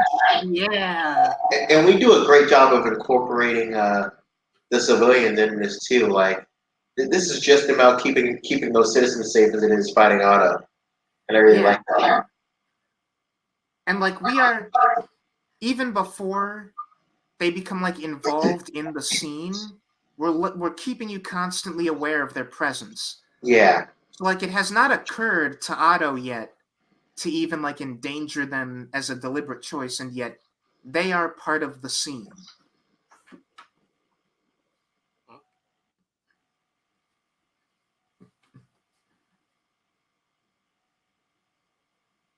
Yeah, Raimi killed it with this scene.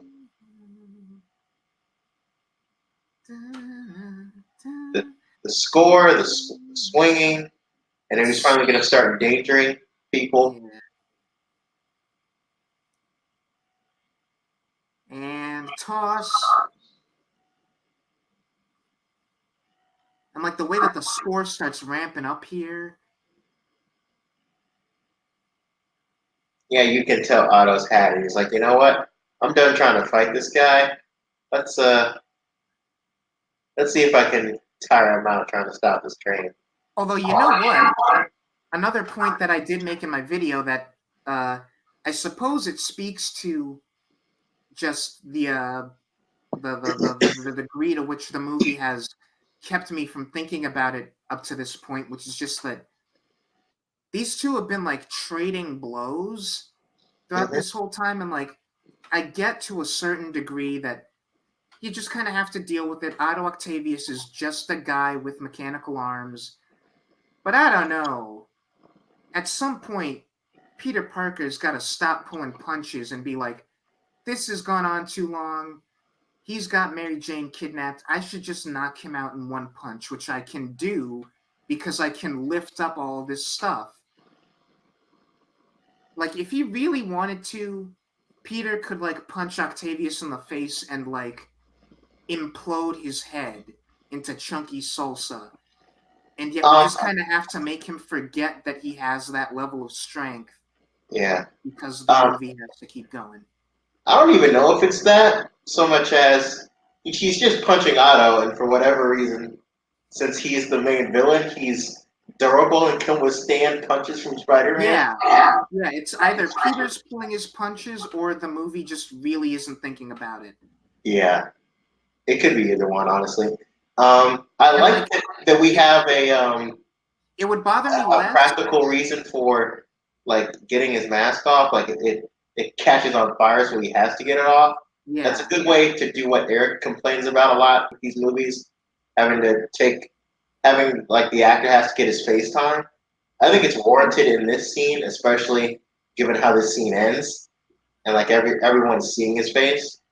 Also, we talked over it, but I really like. You got any more bright ideas? I got a few. Yeah, And this is so iconic. yeah. See, just the whole not being able to knock out Otto in one punch thing wouldn't bother me so much if it wasn't like surrounded by all of these immense feats of strength.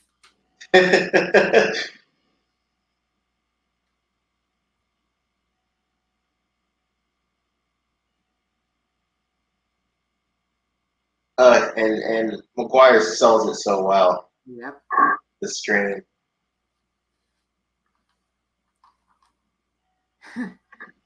I gotta say, you're really lucky that this is not another case like Incredibles 2, where you've got like a detached train car coming up right behind you and it's gonna push it just that little bit further down. That would have been really awkward. And this is not a lot of people, like a lot of younger people, the few who've gone back to this, they say that they don't buy that no one eventually leaks his identity. We're not really heavy into the age of social media when this movie hits. I don't have a problem putting myself like in the time when this movie came out and being like, no, these are genuinely good people who are just grateful that this guy risked his life to save all of theirs. I don't even think social media has anything to do with it. Like maybe you could argue in the social media age, someone would have like the knee jerk reaction of, oh my God, something is happening. I have to record it. Like maybe that. But yeah, I think just he saved these people's lives. They're just genuinely nice people. It's not even a matter of time period or like does social media exist or not yet. That's just the world that this movie is. It's a very pro New York, very idealistic, very deep down people are good and like will ultimately embrace and reward heroism. And as someone from New York, I imagine that really resonates with you. Yeah, it's like, just because the stereotype with New York often is that it's ultimately a very idealistic place, even if people have a lot of attitude, and that's kind of reflected in these movies and in my own experience. Like, sure, just because real life is real life, and there are a lot of cynical people and a lot of people who are just jerks and not good people, but I don't know, just there's something about the way that these movies portray New York that is it's not like something that I think about, but it feels really nice. And I like this scene. This scene is always stuff like Again, this. this is corny in the best way. Yeah, It's endearing. that Spider-Man inspires people. Yeah. And like again, that's paying off the stuff with Henry and like the stuff with like if Peter just saved these people and then they didn't do this, that would maybe undercut the feeling of like Peter just came to a realization about the bigger reason why he does this, which is that he does have that effect on people. And whether or not this like stand against Otto Octavius worked, going forward, the people on that train are going to be better people for having met and been saved by Spider-Man. And that's why he does this.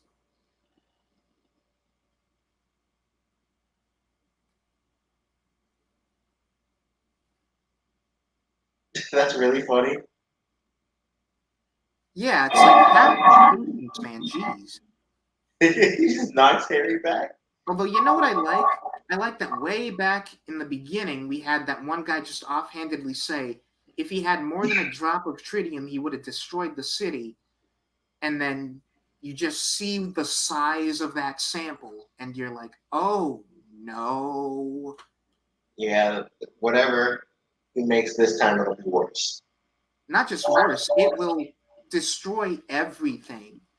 No one will survive.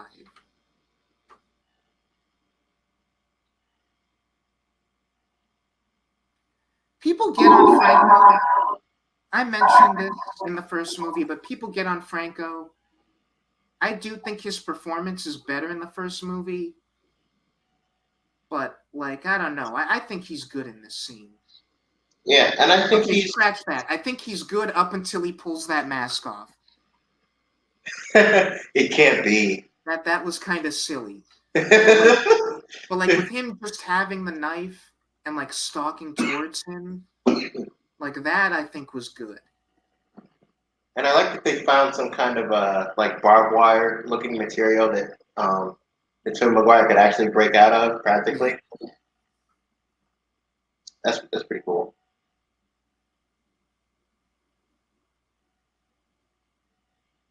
And again, this is the case of like, I get it. There's stuff to do. That should not be your response. There are bigger things happening here between than you and me. Should not be your response to that. It should be Why I always did wonder, like I remember liking that as a kid.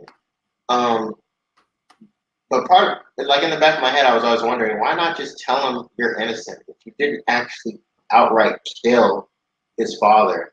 see His this is father the thing where like this is exactly the thing that we have in Amazing 2, except worse, where Peter made a promise but really didn't make a promise because he didn't say anything in confirmation. Yeah. But what was the promise really? Goblin That's so says, cool. yeah. Norman says, don't tell Harry. What does that mean? Does that mean don't tell Harry I killed myself, or don't tell Harry I was the goblin? Because you can just say, I didn't kill your father. I don't. You could just say, I don't know how he died. Honestly,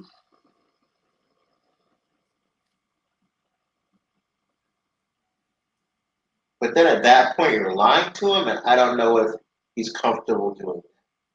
With someone honestly, he considers his friend, even given their troubled history. I don't understand why he doesn't at least go as far as to say I didn't kill your father when he has the time to say it. Yeah.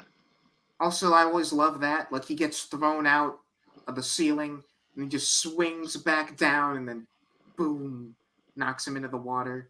Yeah, obviously, this isn't one of those movies where their best fight scene is at the end, Yeah, um, no. but it's still a pretty solid action scene and sufficiently thrilling. And Well, this is again, cool. the We point have, here, the point here is that for once he's not just making it a punching contest. yeah. Like this is where he finally is going to reason with him. I still think it's too little, too late. Why haven't you taken the reasoning with him track in your first encounter with him? Well, But and they make a big deal out of this in their commentary, I believe. Um, they were really proud of themselves for ending a superhero movie where the hero is able to talk down the villain and have him see reason as opposed to the hero just beating the snot out of the villain and that's how he wins. and for 2004, that is mighty impressive. I just think it's maybe a little bit misguided to be proud of yourself for that when it's predicated on we kind of had to contrive it so he didn't just do that earlier. Like, Yeah. hooray, we didn't end our movie on an arbitrary fight scene, but that's only because we decided to put the arbitrary fight scene earlier.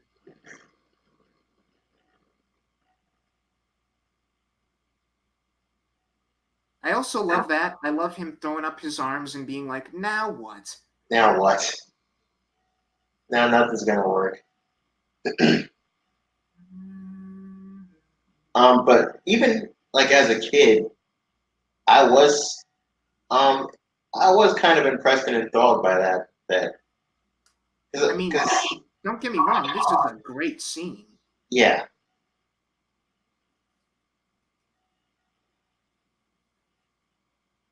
this mentor.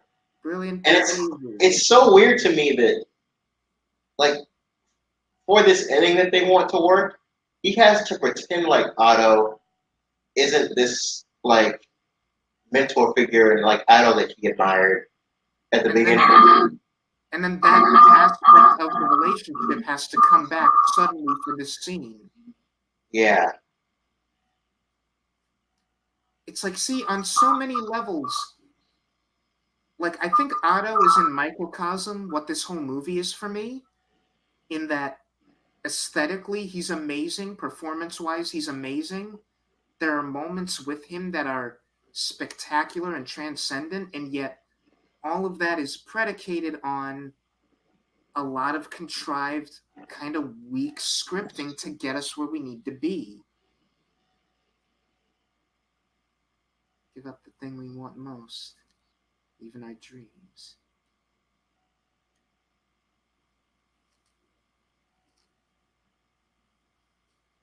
He's right. Yeah. You're right. And the Trying to thing is, chop down the arms. I still think I'm right about the arms. I wish we'd have done more maybe with that. I'm not entirely sure how you do it, but maybe across the other fight scenes, I would have done more with, like, these arms do not care what Otto does as long as they are preserved. And then him overcoming them now means even more because he has his will to do what's right has overwhelmed their will to live, and that's kind of powerful, I think. Yeah.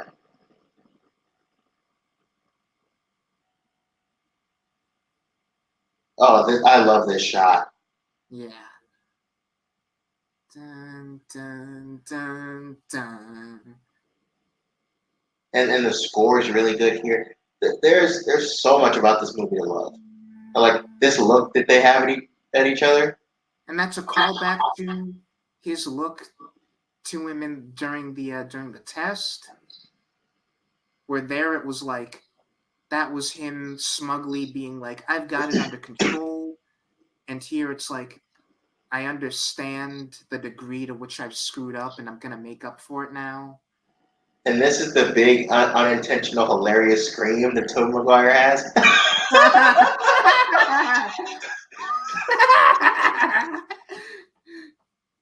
Yeah, that's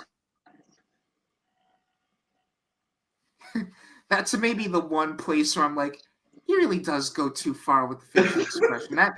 That was a little bit overboard.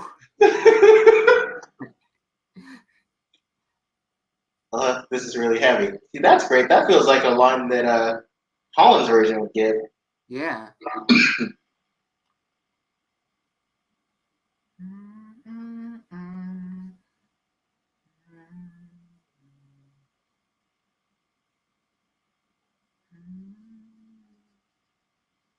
I can't stop myself from humming the score when it's his theme.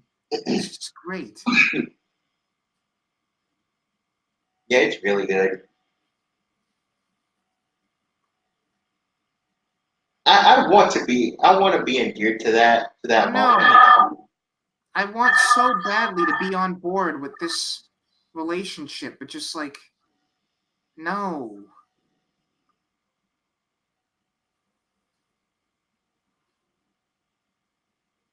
And I do like that we are consistent with showing his strength in these Yeah. movies. That's hilariously comical. The way he Because swings, what is he it swinging feels on? so fake there the way it hasn't for any That of shot them. is perfect. Yeah, this shot's perfect. But what is he swinging on?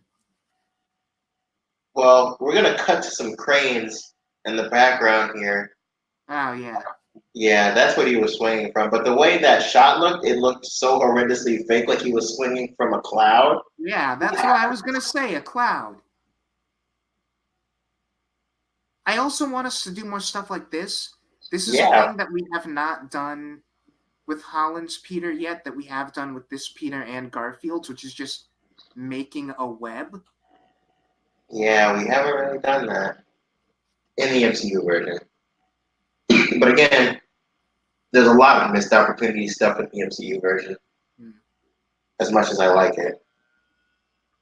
Although, like, we know that, or at least I assume that a lot of it is these previous movies have done it, and they deliberately want to stray away from that. Yeah. So is Which, it a missed opportunity, or is it going to, attempting to like not be derivative and going too far in the other direction? yeah, that might be it. Um, and I do appreciate that they've given us villains that we haven't seen before. Yeah, and both handled spectacularly well. Yeah. I mean, I always liked Mysterio, but Vulture was not a character I cared about at all until Homecoming. Mm.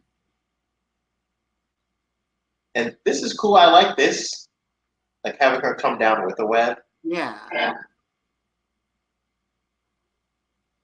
And then you have this poor guy, still very much committed and faithful to her. poor And thing. yeah, she's not even remotely deserving of it. Like in this scene, he does not even care. No, she doesn't care at all. Dude just jumped that jump.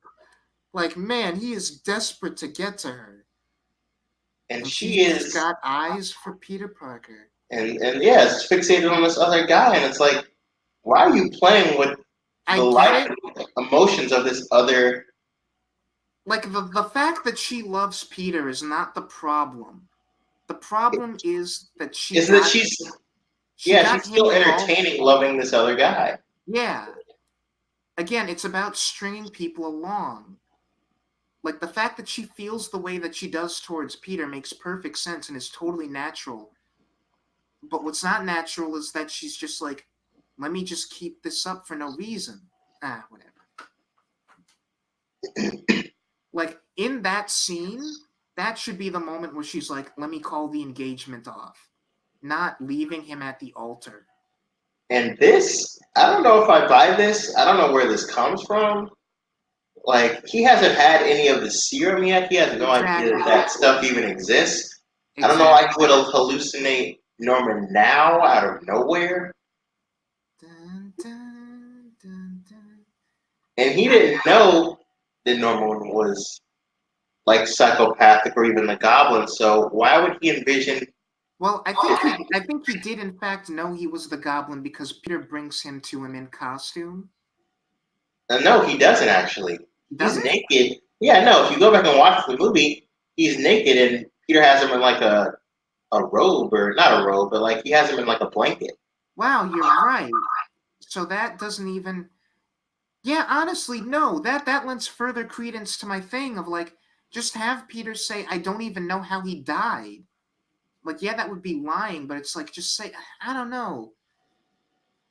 Like, okay, so that does mean that the thing that when he says "Don't tell Harry," he means "Don't tell Harry that I was the Goblin." Yeah, You don't have to. You don't have to implicate yourself in his murder to keep that a secret. That just feels really contrived. and even then, he didn't agree to it. Exactly. And like obviously you wouldn't want to make Peter seem like a jerk where like okay, it's his dying wish, fine.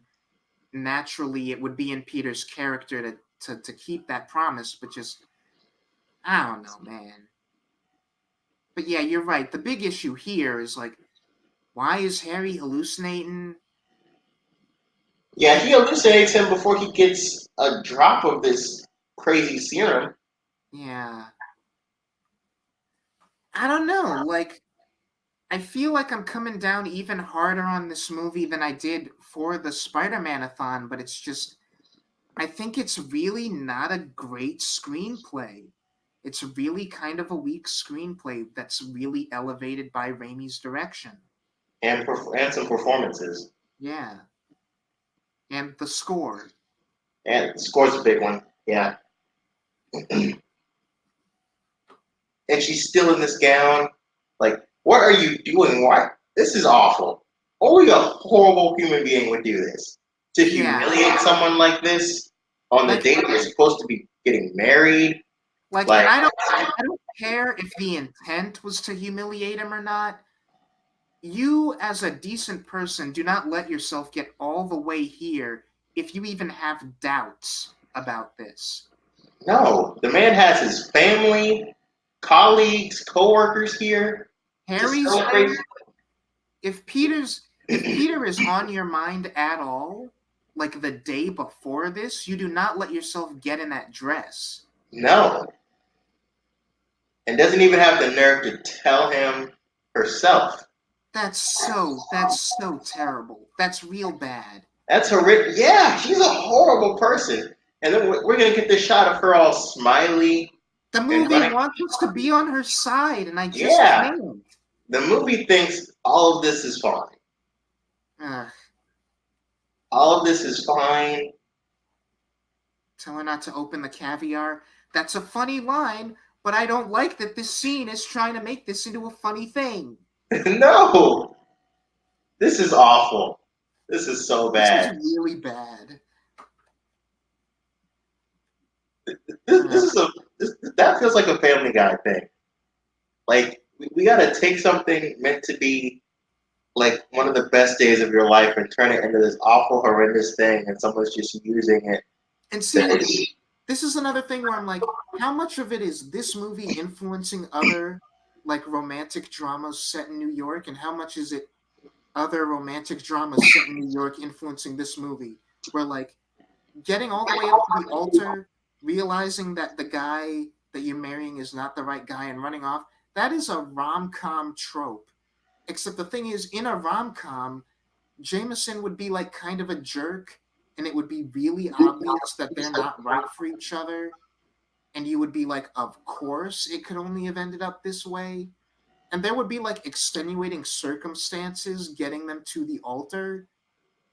But this is just like, she strung a guy along, told her she wanted to marry him, and then All nope, the way up to the wedding day, and psych. then no.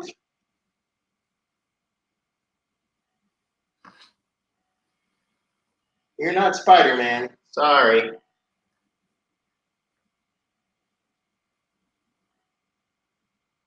You have not always been standing in his doorway. You made a clear attempt to move on, and then the second he came back into your life, you were like, I'm going to keep entertaining this other guy, but then I'm also going to string Peter along, and this is just the worst. I mean, It's like so much in the movie hangs on this relationship, and it doesn't work. They kind of ruin it.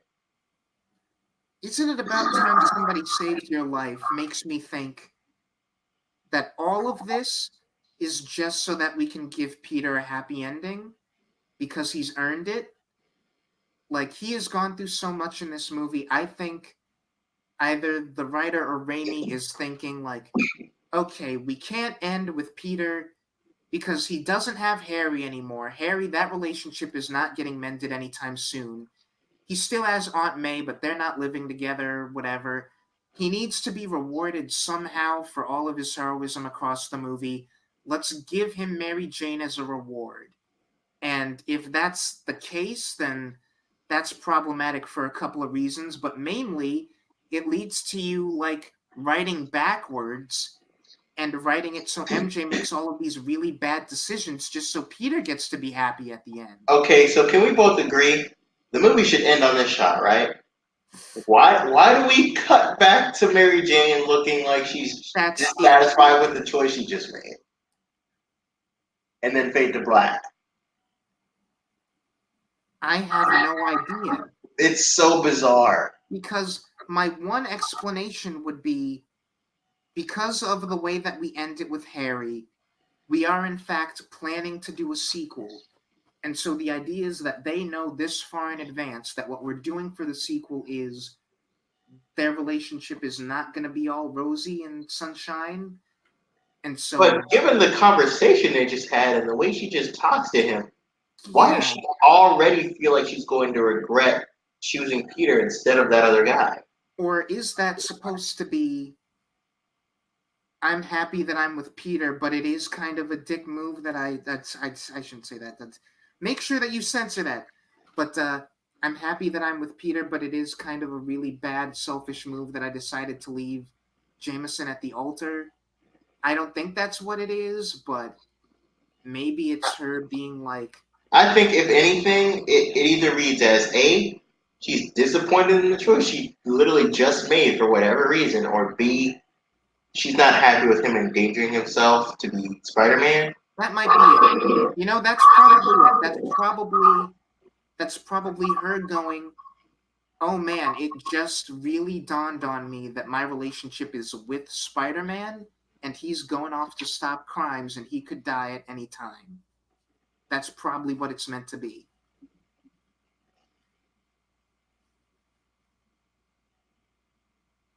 But I don't know, man. I'm in a real weird place with this movie. I really hope that this wouldn't happen, but I like it. I'm at a stage where I'm liking it less and less every time I see it. And it's And I it's think fun. it's because the main thing that the movie wants you to get on board with, you just can't. Yeah. It's like the thing that is the emotional core of the film just does not work.